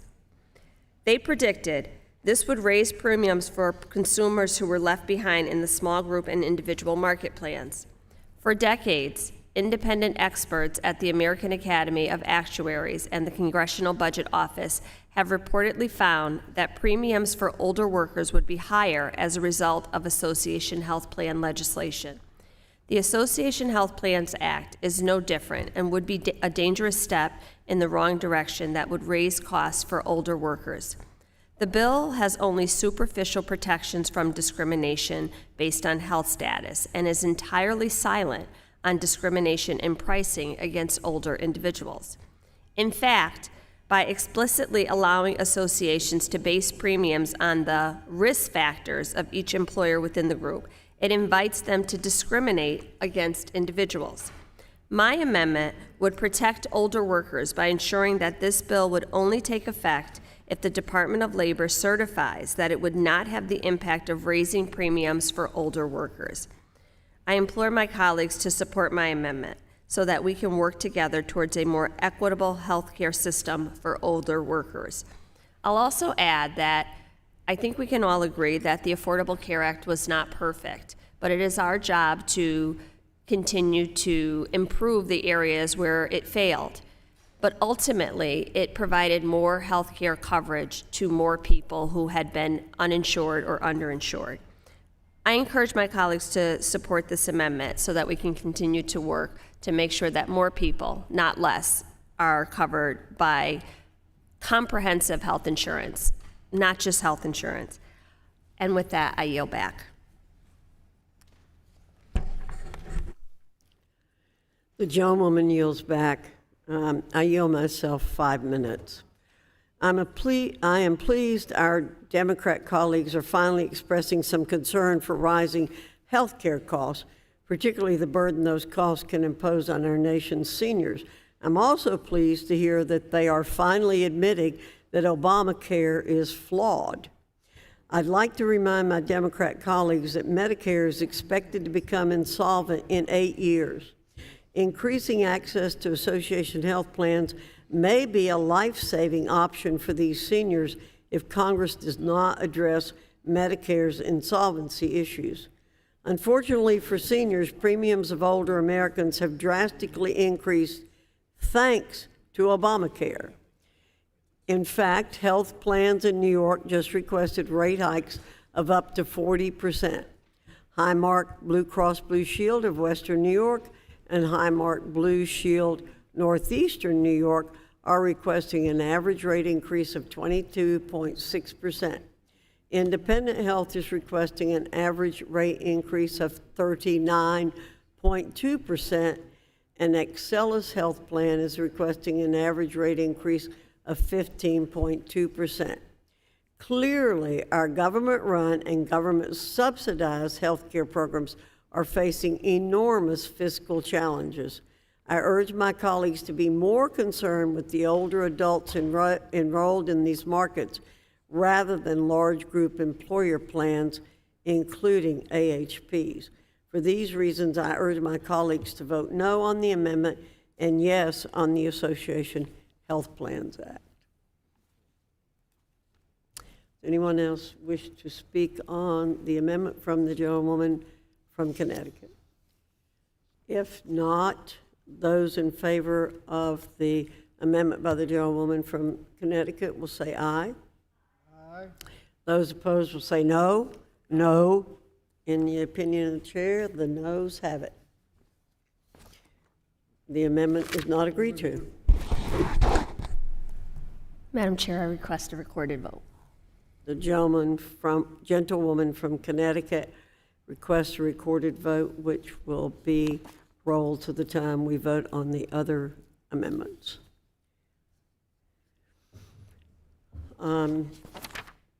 There being no further amendments, I will put the committee in recess until after votes, and we will come back immediately after votes and vote on the amendments and the bill. The committee's in recess.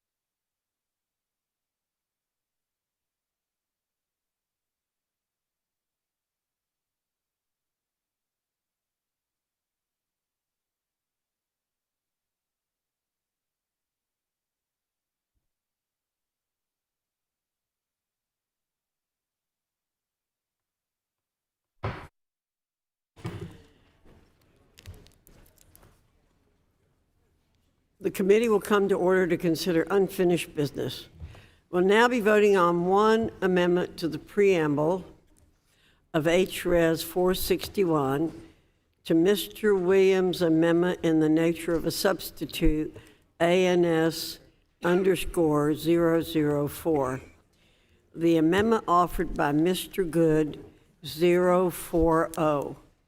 The clerk will call the roll. Ms. Fox? Aye.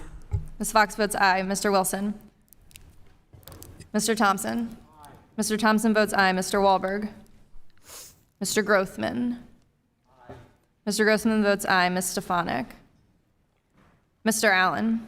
Mr. Allen votes aye. Mr. Banks? Mr. Banks votes yes. Mr. Comer? Mr. Smucker? Mr. Owens? Mr. Good? Mr. Good votes aye. Ms. McLean? Ms. Miller? Ms. Miller votes aye. Ms. Steele? Ms. Steele votes aye. Mr. Estes? Mr. Estes votes aye. Ms. Letlow? Ms. Letlow votes aye. Mr. Kiley? Mr. Kiley votes aye. Mr. Bean? Mr. Bean votes aye. Mr. Burleson? Mr. Moran? Mr. James? Mr. James votes aye. Ms. Chavez-Dreamer? No. Ms. Chavez-Dreamer votes no. Mr. Williams? Mr. Williams votes aye. Ms. Houchin? Ms. Houchin votes aye. Mr. Scott? Mr. Scott votes no. Mr. Grijalva? Mr. Grijalva votes no. Mr. Courtney? Mr. Courtney votes no. Mr. Sablon? Ms. Wilson? Ms. Bonamici? Ms. Bonamici votes no. Mr. Takano? Mr. Takano votes no. Ms. Adams?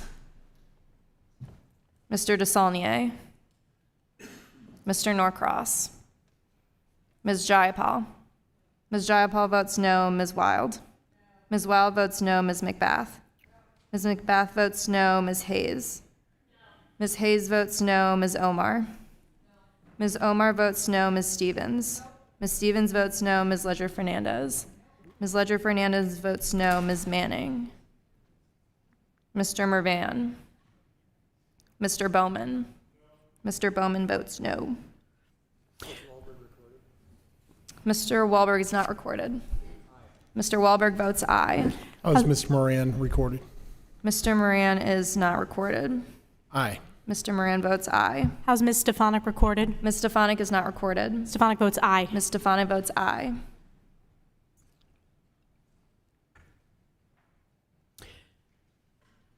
The clerk will call the roll of any member who is not recorded. Mr. Wilson? Mr. Comer? Mr. Smucker? Mr. Owens? Mr. Owens votes yes. Mr. Burleson? Mr. Sablon? Ms. Wilson? Ms. Adams? No. Ms. Adams votes no. Mr. DeSaulnier? Mr. Norcross? Ms. Manning? Mr. Mervan? Clerk will report the vote.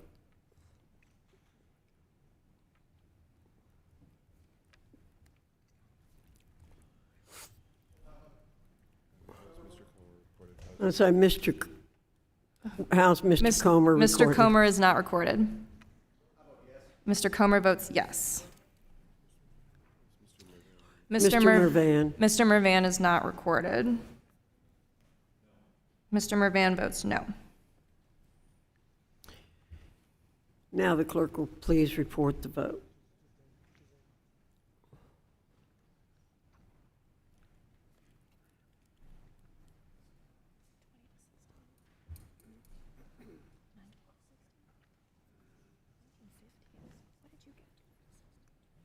Guys, it's 20 to 16.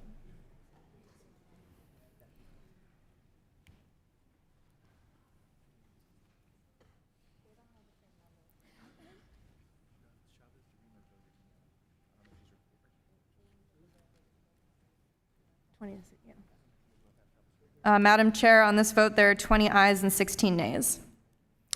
The amendment is adopted. The question now occurs on HRES 461, amendment in the nature of a substitute of the preamble to the resolution. All in favor say aye. Aye. All opposed, no. In the opinion of the chair, the ayes have it, and the amendment in the nature of a substitute is agreed to. I now entertain a motion to report the resolution and recognize Mr. Williams. Madam Chairwoman, I move the Committee on Education and Workforce report the resolution, House Resolution 461, to the House of Representatives with amendments in the nature of a substitute, and with the recommendation that the amendments be agreed to and the resolution as amended do pass. I yield back. The question now occurs on reporting HRES 461 as amended to the House with a favorable recommendation. All in favor say aye. Aye. All opposed, no. In the opinion of the chair, the ayes have it, and the motion is agreed to. Mr. Scott requests a recorded vote. The clerk will call the roll. Ms. Fox? Aye. Ms. Fox votes aye. Mr. Wilson? Mr. Thompson? Mr. Thompson votes aye. Mr. Wahlberg? Mr. Wahlberg votes aye. Mr. Grothman? Mr. Grothman votes aye. Ms. Stefanik? Ms. Stefanik votes aye. Mr. Allen? Mr. Allen votes aye. Mr. Banks? Mr. Banks votes yes. Mr. Comer? Mr. Smucker? Mr. Owens? Mr. Owens votes yes. Mr. Good? Mr. Good votes yes. Ms. McLean? Ms. Miller? Ms. Miller votes yes. Ms. Steele? Ms. Steele votes aye. Mr. Estes? Mr. Estes votes aye. Ms. Letlow? Ms. Letlow votes aye. Mr. Kiley? Mr. Kiley votes aye. Mr. Bean? Mr. Bean votes aye. Mr. Burleson? Mr. Moran? Mr. James? Aye. Mr. James votes aye. Ms. Chavez-Dreamer? Aye. Ms. Chavez-Dreamer votes aye. Mr. Williams? Mr. Williams votes aye. Ms. Houchin? Ms. Houchin votes aye. Mr. Scott? How is Mr. Smucker recorded? Oh, Mr. Smucker is not recorded. How, Mr. Smucker? How is Mr. Comer recorded? Mr. Comer is not recorded. Mr. Comer votes yes. Mr. Scott? No. Mr. Scott votes no. Mr. Grijalva? Mr. Grijalva votes no. Mr. Courtney? Mr. Courtney votes no. Mr. Sablon? Ms. Wilson?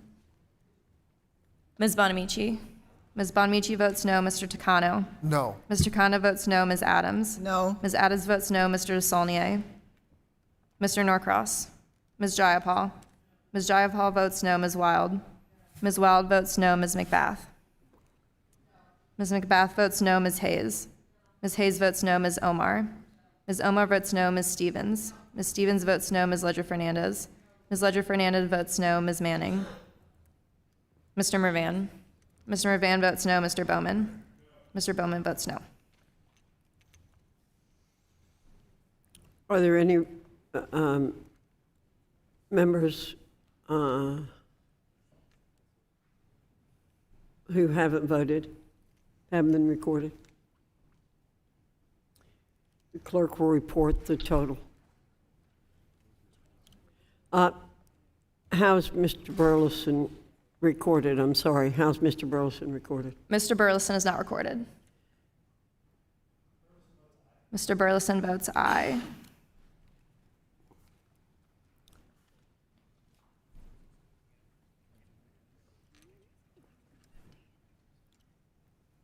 The clerk will report.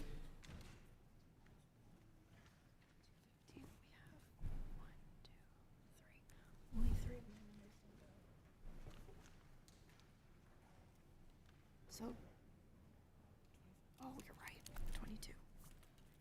Yeah, okay. Clerk Madam will Chair. report.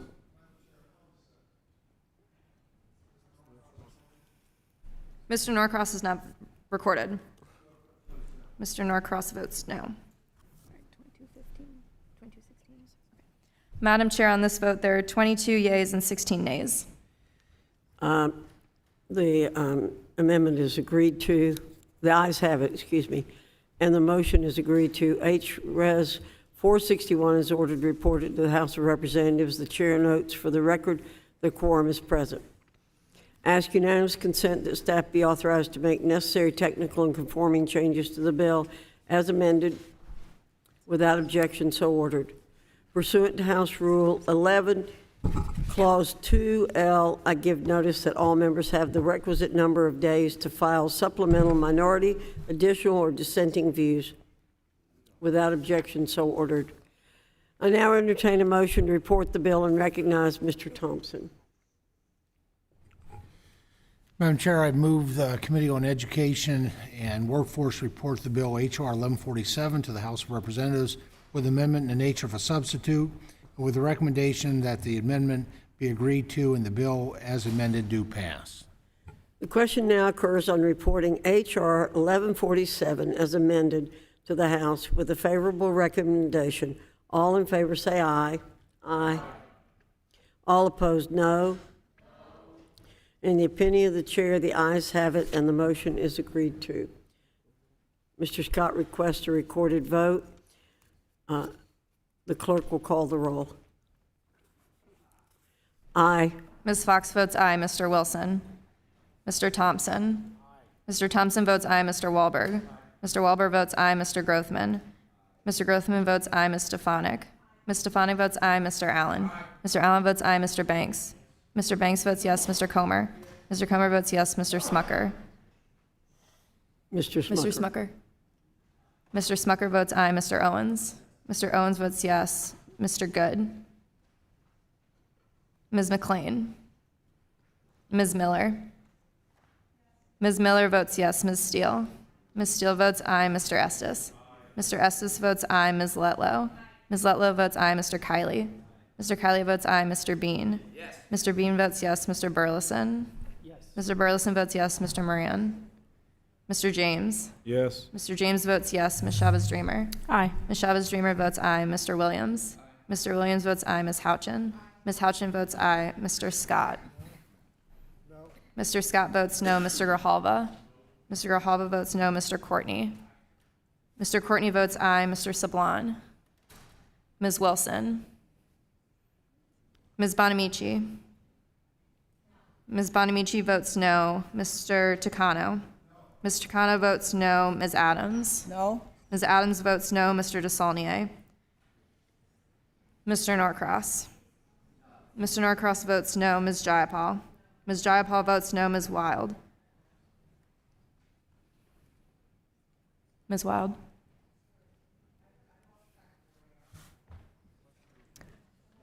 HR 1147. Ms. Wild votes aye. Ms. McBath. Ms. McBath votes no. Ms. Hayes. Ms. Hayes votes aye. Ms. Omar. Ms. Omar votes no. Ms. Stevens. Ms. Stevens votes no. Ms. Ledger-Fernandez. Ms. Ledger-Fernandez votes aye. Ms. Manning. No. Ms. Manning votes no. Mr. Mervan.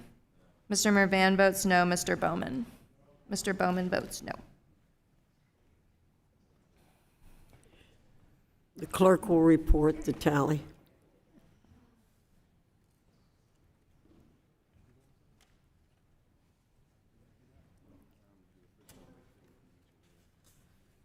I'm sorry. Before the clerk reports, how's Mr. Norcross recorded? Mr. Norcross is recorded as no.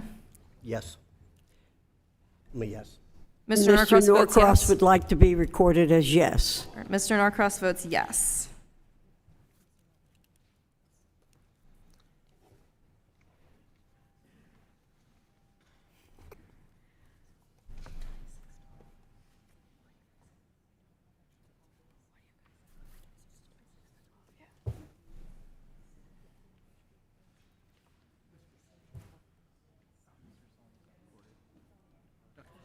How is Mr. DeSaulnier recorded? Mr. DeSaulnier is not recorded. Mr. DeSaulnier votes no.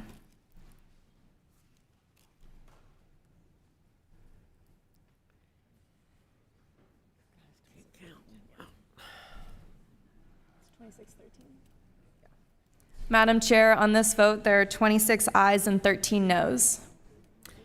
The the bill has passed. Ayes have it, the motion's agreed to. H.R. 1147 is ordered reported to the House of Representatives. Chair notes for the record that a quorum is present.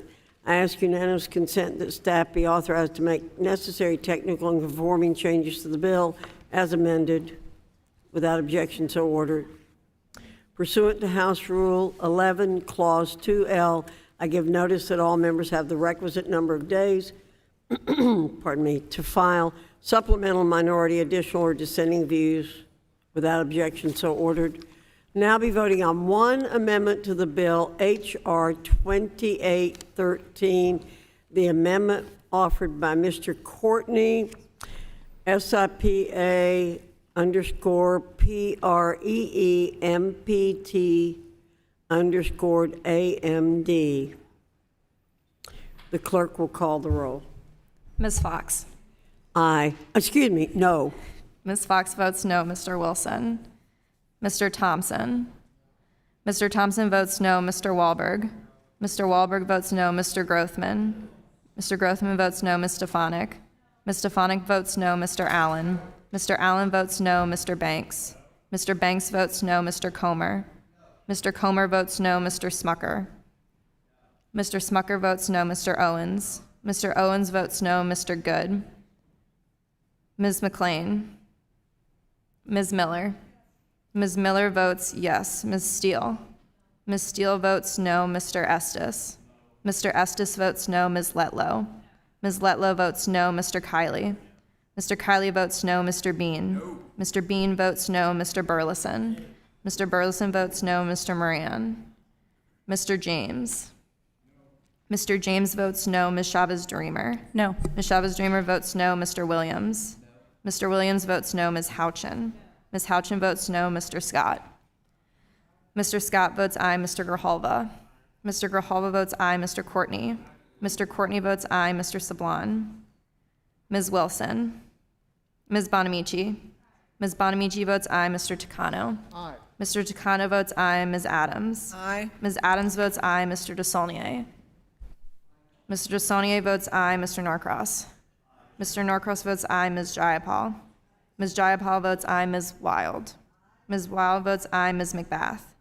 Ms. McBath votes aye. Ms. Hayes. Ms. Hayes votes aye. Ms. Omar. Ms. Omar votes aye. Ms. Stevens. Ms. Stevens votes aye. Ms. Ledger-Fernandez. Ms. Ledger-Fernandez votes aye. Ms. Manning. Aye. Ms. Manning votes aye. Mr. Mervan. Mr. Mervan votes aye. Mr. Bowman. Mr. Bowman votes aye. Ms.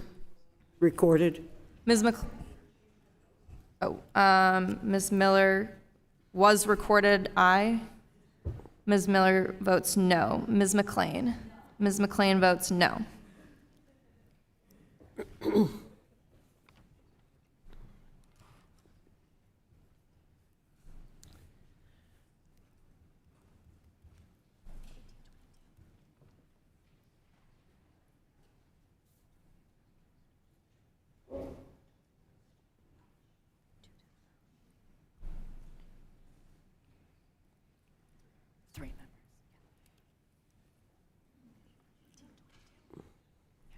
The clerk will report the tally. Madam Chair, on this vote, there are 18 yeas and 22 nays.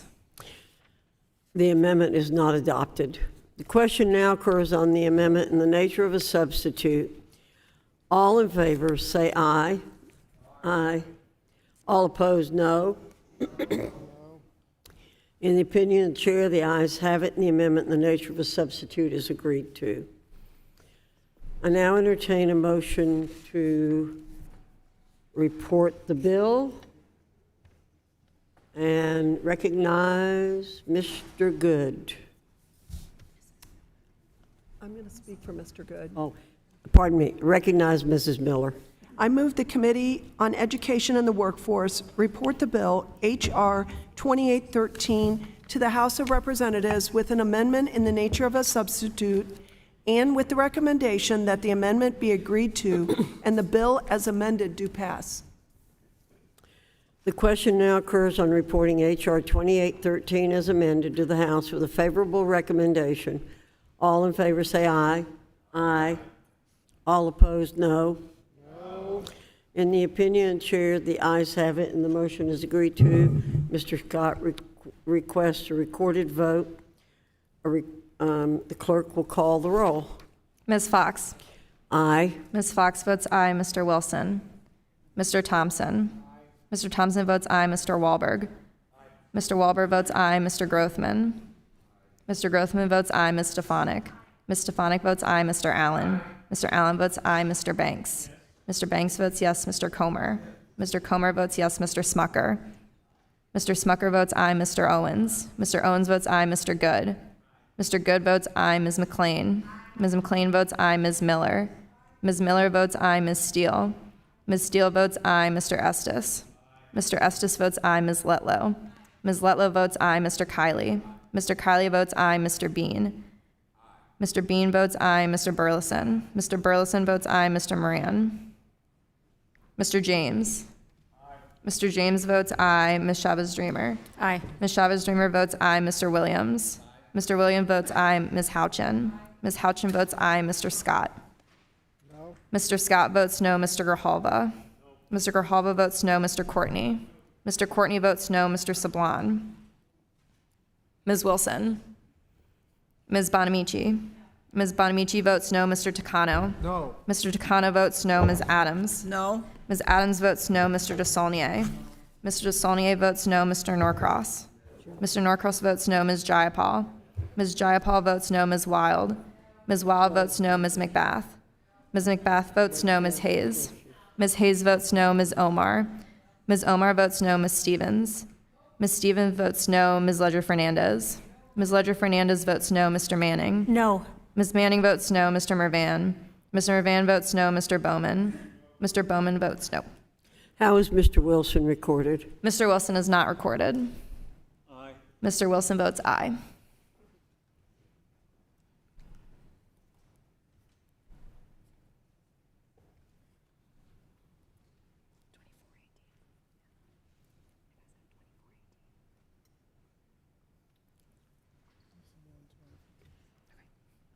The clerk will report the tally. Madam Chair, on this vote, there are 24 ayes and 18 nays.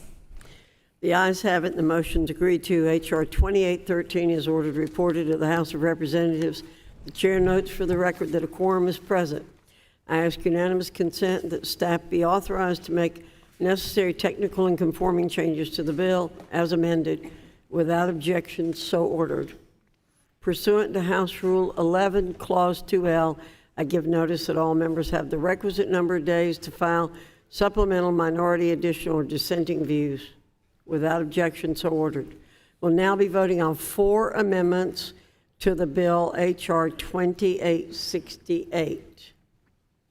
The amendment offered by Ms. Jayapal, AHP_maternity_AMD. The clerk will call the roll. Ms. Fox? No. Ms. Fox votes no. Mr. Wilson? No. Mr. Wilson votes no. Mr. Thompson? No. Mr. Thompson votes no. Mr. Wahlberg? Mr. Wahlberg votes no. Mr. Grothman? Mr. Grothman votes no. Ms. Stefanik? Ms. Stefanik votes no. Mr. Allen? Mr. Allen votes no. Mr. Banks? Mr. Banks votes no. Mr. Comer? Mr. Comer votes no. Mr. Smucker? Mr. Smucker votes no. Mr. Owens? Mr. Owens votes no. Mr. Good? Mr. Good votes no. Ms. McLean? Ms. McLean votes no. Ms. Miller? Ms. Miller votes no. Ms. Steele? Ms. Steele votes no. Mr. Estes? Mr. Estes votes no. Ms. Letlow? Ms. Letlow votes no. Mr. Kiley? Mr. Kiley votes no. Mr. Bean? Mr. Bean votes no. Mr. Burleson? Mr. Burleson votes no. Mr. Moran? Mr. James? Ms. Chavez-Dreamer? No. Ms. Chavez-Dreamer votes no. Mr. Williams? Mr. Williams votes no. Ms. Houchin? Ms. Houchin votes no. Mr. Scott? Aye. Mr. Scott votes aye. Mr. Grijalva? Mr. Grijalva votes aye. Mr. Courtney? Mr. Courtney votes aye. Mr. Sablon? Ms. Wilson? Ms. Bonamici? Ms. Bonamici votes aye. Mr. Takano? Mr. Takano votes aye. Ms. Adams? Ms. Adams votes aye. Mr. DeSaulnier? Mr. DeSaulnier votes aye. Mr. Norcross? Mr. Mr. Norcross votes aye. Ms. Jayapal. Ms. Jayapal votes aye. Ms. Wild. Ms. Wild votes aye. Ms. McBath. Ms. McBath votes aye. Ms. Hayes. Ms. Hayes votes aye. Ms. Omar. Ms. Omar votes aye. Ms. Stevens. Ms. Stevens votes aye. Ms. Ledger Fernandez. Ms. Ledger Fernandez votes aye. Ms. Manning. Aye. Ms. Manning votes aye. Mr. Mervan. Aye. Mr. Mervan votes aye. Mr. Bowman. Mr. Bowman votes aye.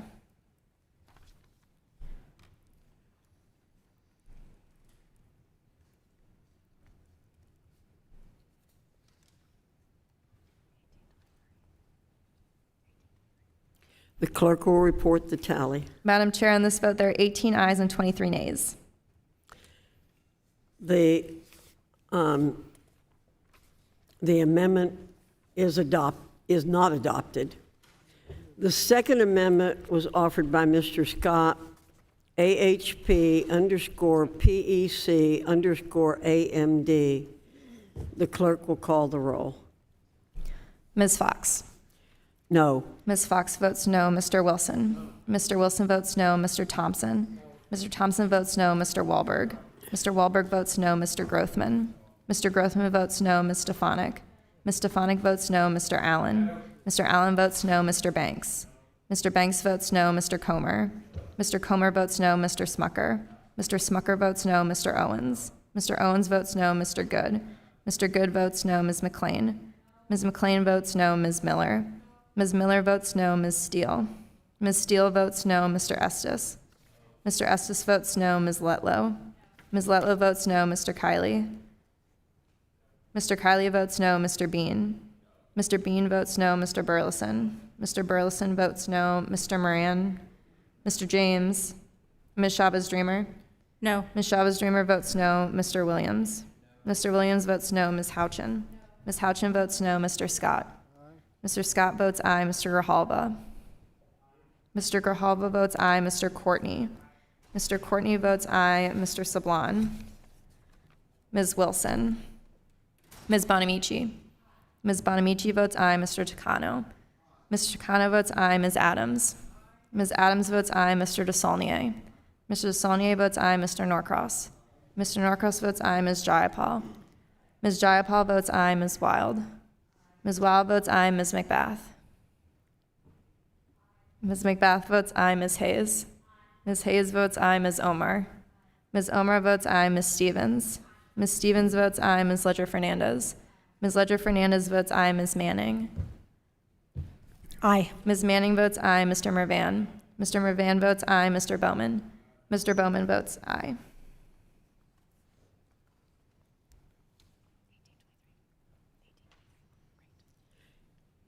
The clerk will report the tally. Madam Chair, on this vote, there are 18 ayes and 23 nays. The amendment is not adopted. The third amendment was offered by Mr. Norcross, AHP_ME Health_AMD. The clerk will call the roll.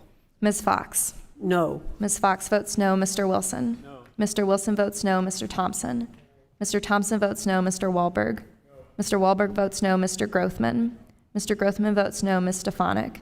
Ms. Stefanik votes no. Mr. Allen. Mr. Allen votes no. Mr. Banks. Mr. Banks votes no. Mr. Comer. Mr. Comer votes no. Mr. Smucker. Mr. Smucker votes no. Mr. Owens. Mr. Owens votes no. Mr. Good. Mr. Good votes no. Ms. McLean. Ms. McLean votes no. Ms. Miller. Ms. Miller votes no. Ms. Steele. Ms. Steele votes no. Mr. Estes. Mr. Estes votes no. Ms. Letlow. Ms. Letlow votes no. Mr. Kiley. Mr. Kiley votes no. Mr. Bean. Mr. Bean votes no. Mr. Burleson. Mr. Burleson votes no. Mr. Moran. Mr. James. Ms. Chavez-Dreamer. No. Ms. Chavez-Dreamer votes no. Mr. Williams. Mr. Williams votes no. Ms. Houchin. Ms. Houchin votes no. Mr. Scott. Mr. Scott votes aye. Mr. Grijalva. Mr. Grijalva votes aye. Mr. Courtney. Mr. Courtney votes aye. Mr. Sablon. Ms. Wilson. Ms. Bonamici. Ms. Bonamici votes aye. Mr. Takano. Mr. Takano votes aye. Ms. Adams. Ms. Adams votes aye. Mr. DeSaulnier. Mr. DeSaulnier votes aye. Mr. Norcross. Mr. Norcross votes aye. Ms. Jayapal. Ms. Jayapal votes aye. Ms. Wild. Ms. Wild votes aye. Ms. McBath. Ms. McBath votes aye. Ms. Hayes. Ms. Hayes votes aye. Ms. Omar. Ms. Omar votes aye. Ms. Stevens. Ms. Stevens votes aye. Ms. Ledger-Fernandez. Ms. Ledger-Fernandez votes aye. Ms. Manning. Aye. Ms. Manning votes aye. Mr. Mervan. Mr. Mervan votes aye. Mr. Bowman. Mr. Bowman votes aye.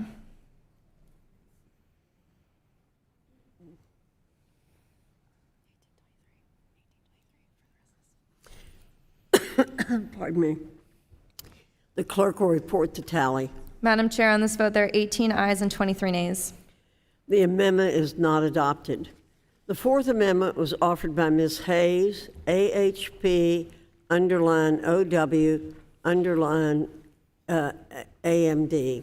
The clerk will call the roll. Ms. Fox. No. Ms. Fox votes no. Mr. Wilson. Mr. Wilson votes no. Mr. Thompson. Mr. Thompson votes no. Mr. Wahlberg. Mr. Wahlberg votes no. Mr. Grothman. Mr. Grothman votes no. Ms. Stefanik. Ms. Stefanik votes no. Mr. Allen. Mr. Allen votes no. Mr. Banks. Mr. Banks votes no. Mr. Comer. Mr. Comer votes no. Mr. Smucker. Mr. Smucker votes no. Mr. Owens. Mr. Owens votes no. Mr. Good. Mr. Good votes no. Ms. McLean. Ms. McLean votes no. Ms. Miller. Ms. Miller votes no. Ms. Steele. Ms. Steele votes no. Mr. Estes. Mr. Estes votes no. Ms. Letlow. Ms. Letlow votes no. Mr. Kiley. Mr. Kiley votes no. Mr. Bean. Mr. Bean votes no. Mr. Burleson. Mr. Burleson votes no. Mr. Moran. Mr. James. Ms. Chavez-Dreamer. No. Ms. Chavez-Dreamer votes no. Mr. Williams. Mr. Williams votes no. Ms. Houchin. Ms. Houchin votes no. Mr. Scott. Mr. Scott votes aye. Mr. Grijalva. Mr. Grijalva votes aye. Mr. Courtney. Mr. Courtney votes aye. Mr. Sablon. Ms. Wilson. Ms. Bonamici. Ms. Bonamici votes aye. Mr. Takano. Mr. Takano votes aye. Ms. Adams. Ms. Adams votes aye. Mr. DeSaulnier. Mr. DeSaulnier votes aye. Mr. Norcross. Mr. Norcross votes aye. Ms. Jayapal. Ms. Jayapal votes aye. Ms. Wild. Ms. Wild votes aye. Ms. McBath. Ms. McBath votes aye. Ms. Hayes. Ms. Hayes votes yes. Ms. Omar. Ms. Omar votes yes. Ms. Stevens. Ms. Stevens votes yes. Ms. Ledger-Fernandez. Ms. Ledger-Fernandez votes yes. Ms. Manning. Yes. Ms. Manning votes yes. Mr. Mervan. Mr. Mervan votes yes. Mr. Bowman. Mr. Bowman votes aye.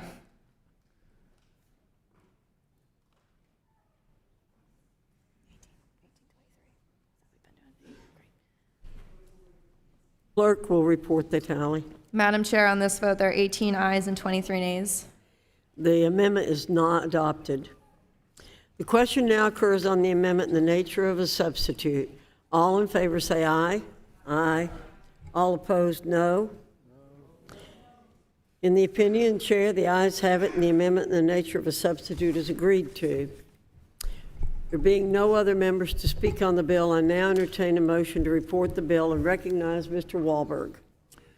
I move the Committee on Education and the Workforce report the bill H.R. 2868 to the House of Representatives with an amendment in the nature of a substitute and with recommendation that the amendment be agreed to and the bill as amended do pass. The question now occurs on reporting H.R. 2868 as amended to the House with a favorable recommendation. All in favor say aye. Aye. All opposed, no.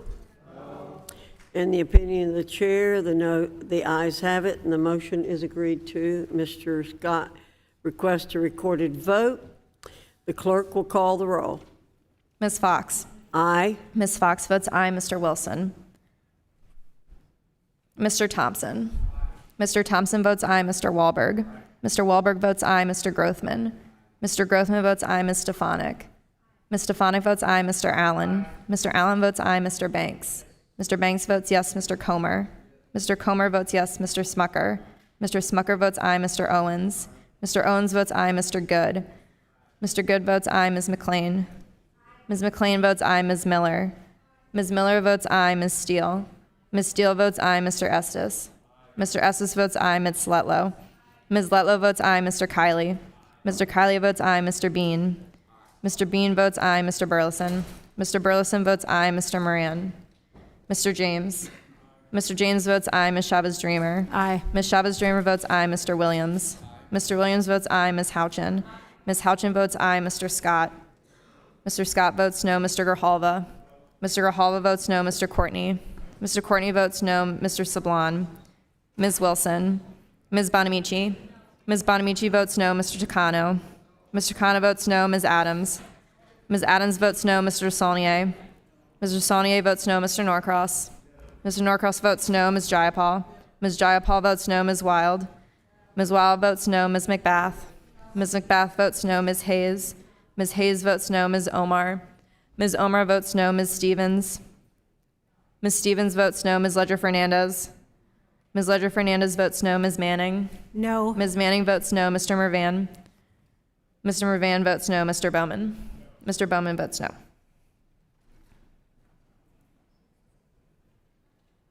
Oh, wait, that's 23. 2318. The clerk will report the tally. Madam Chair, on this vote, there are 23 yeas and 18 nays. The ayes have it. The motion's agreed to. H.R. 2868 is ordered, reported to the House of Representatives. The chair notes for the record that a quorum is present, and Mr. Scott requests to speak. Thank you, Madam Chair.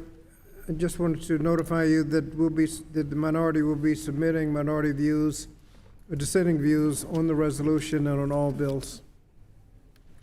Thank you, Mr. Scott.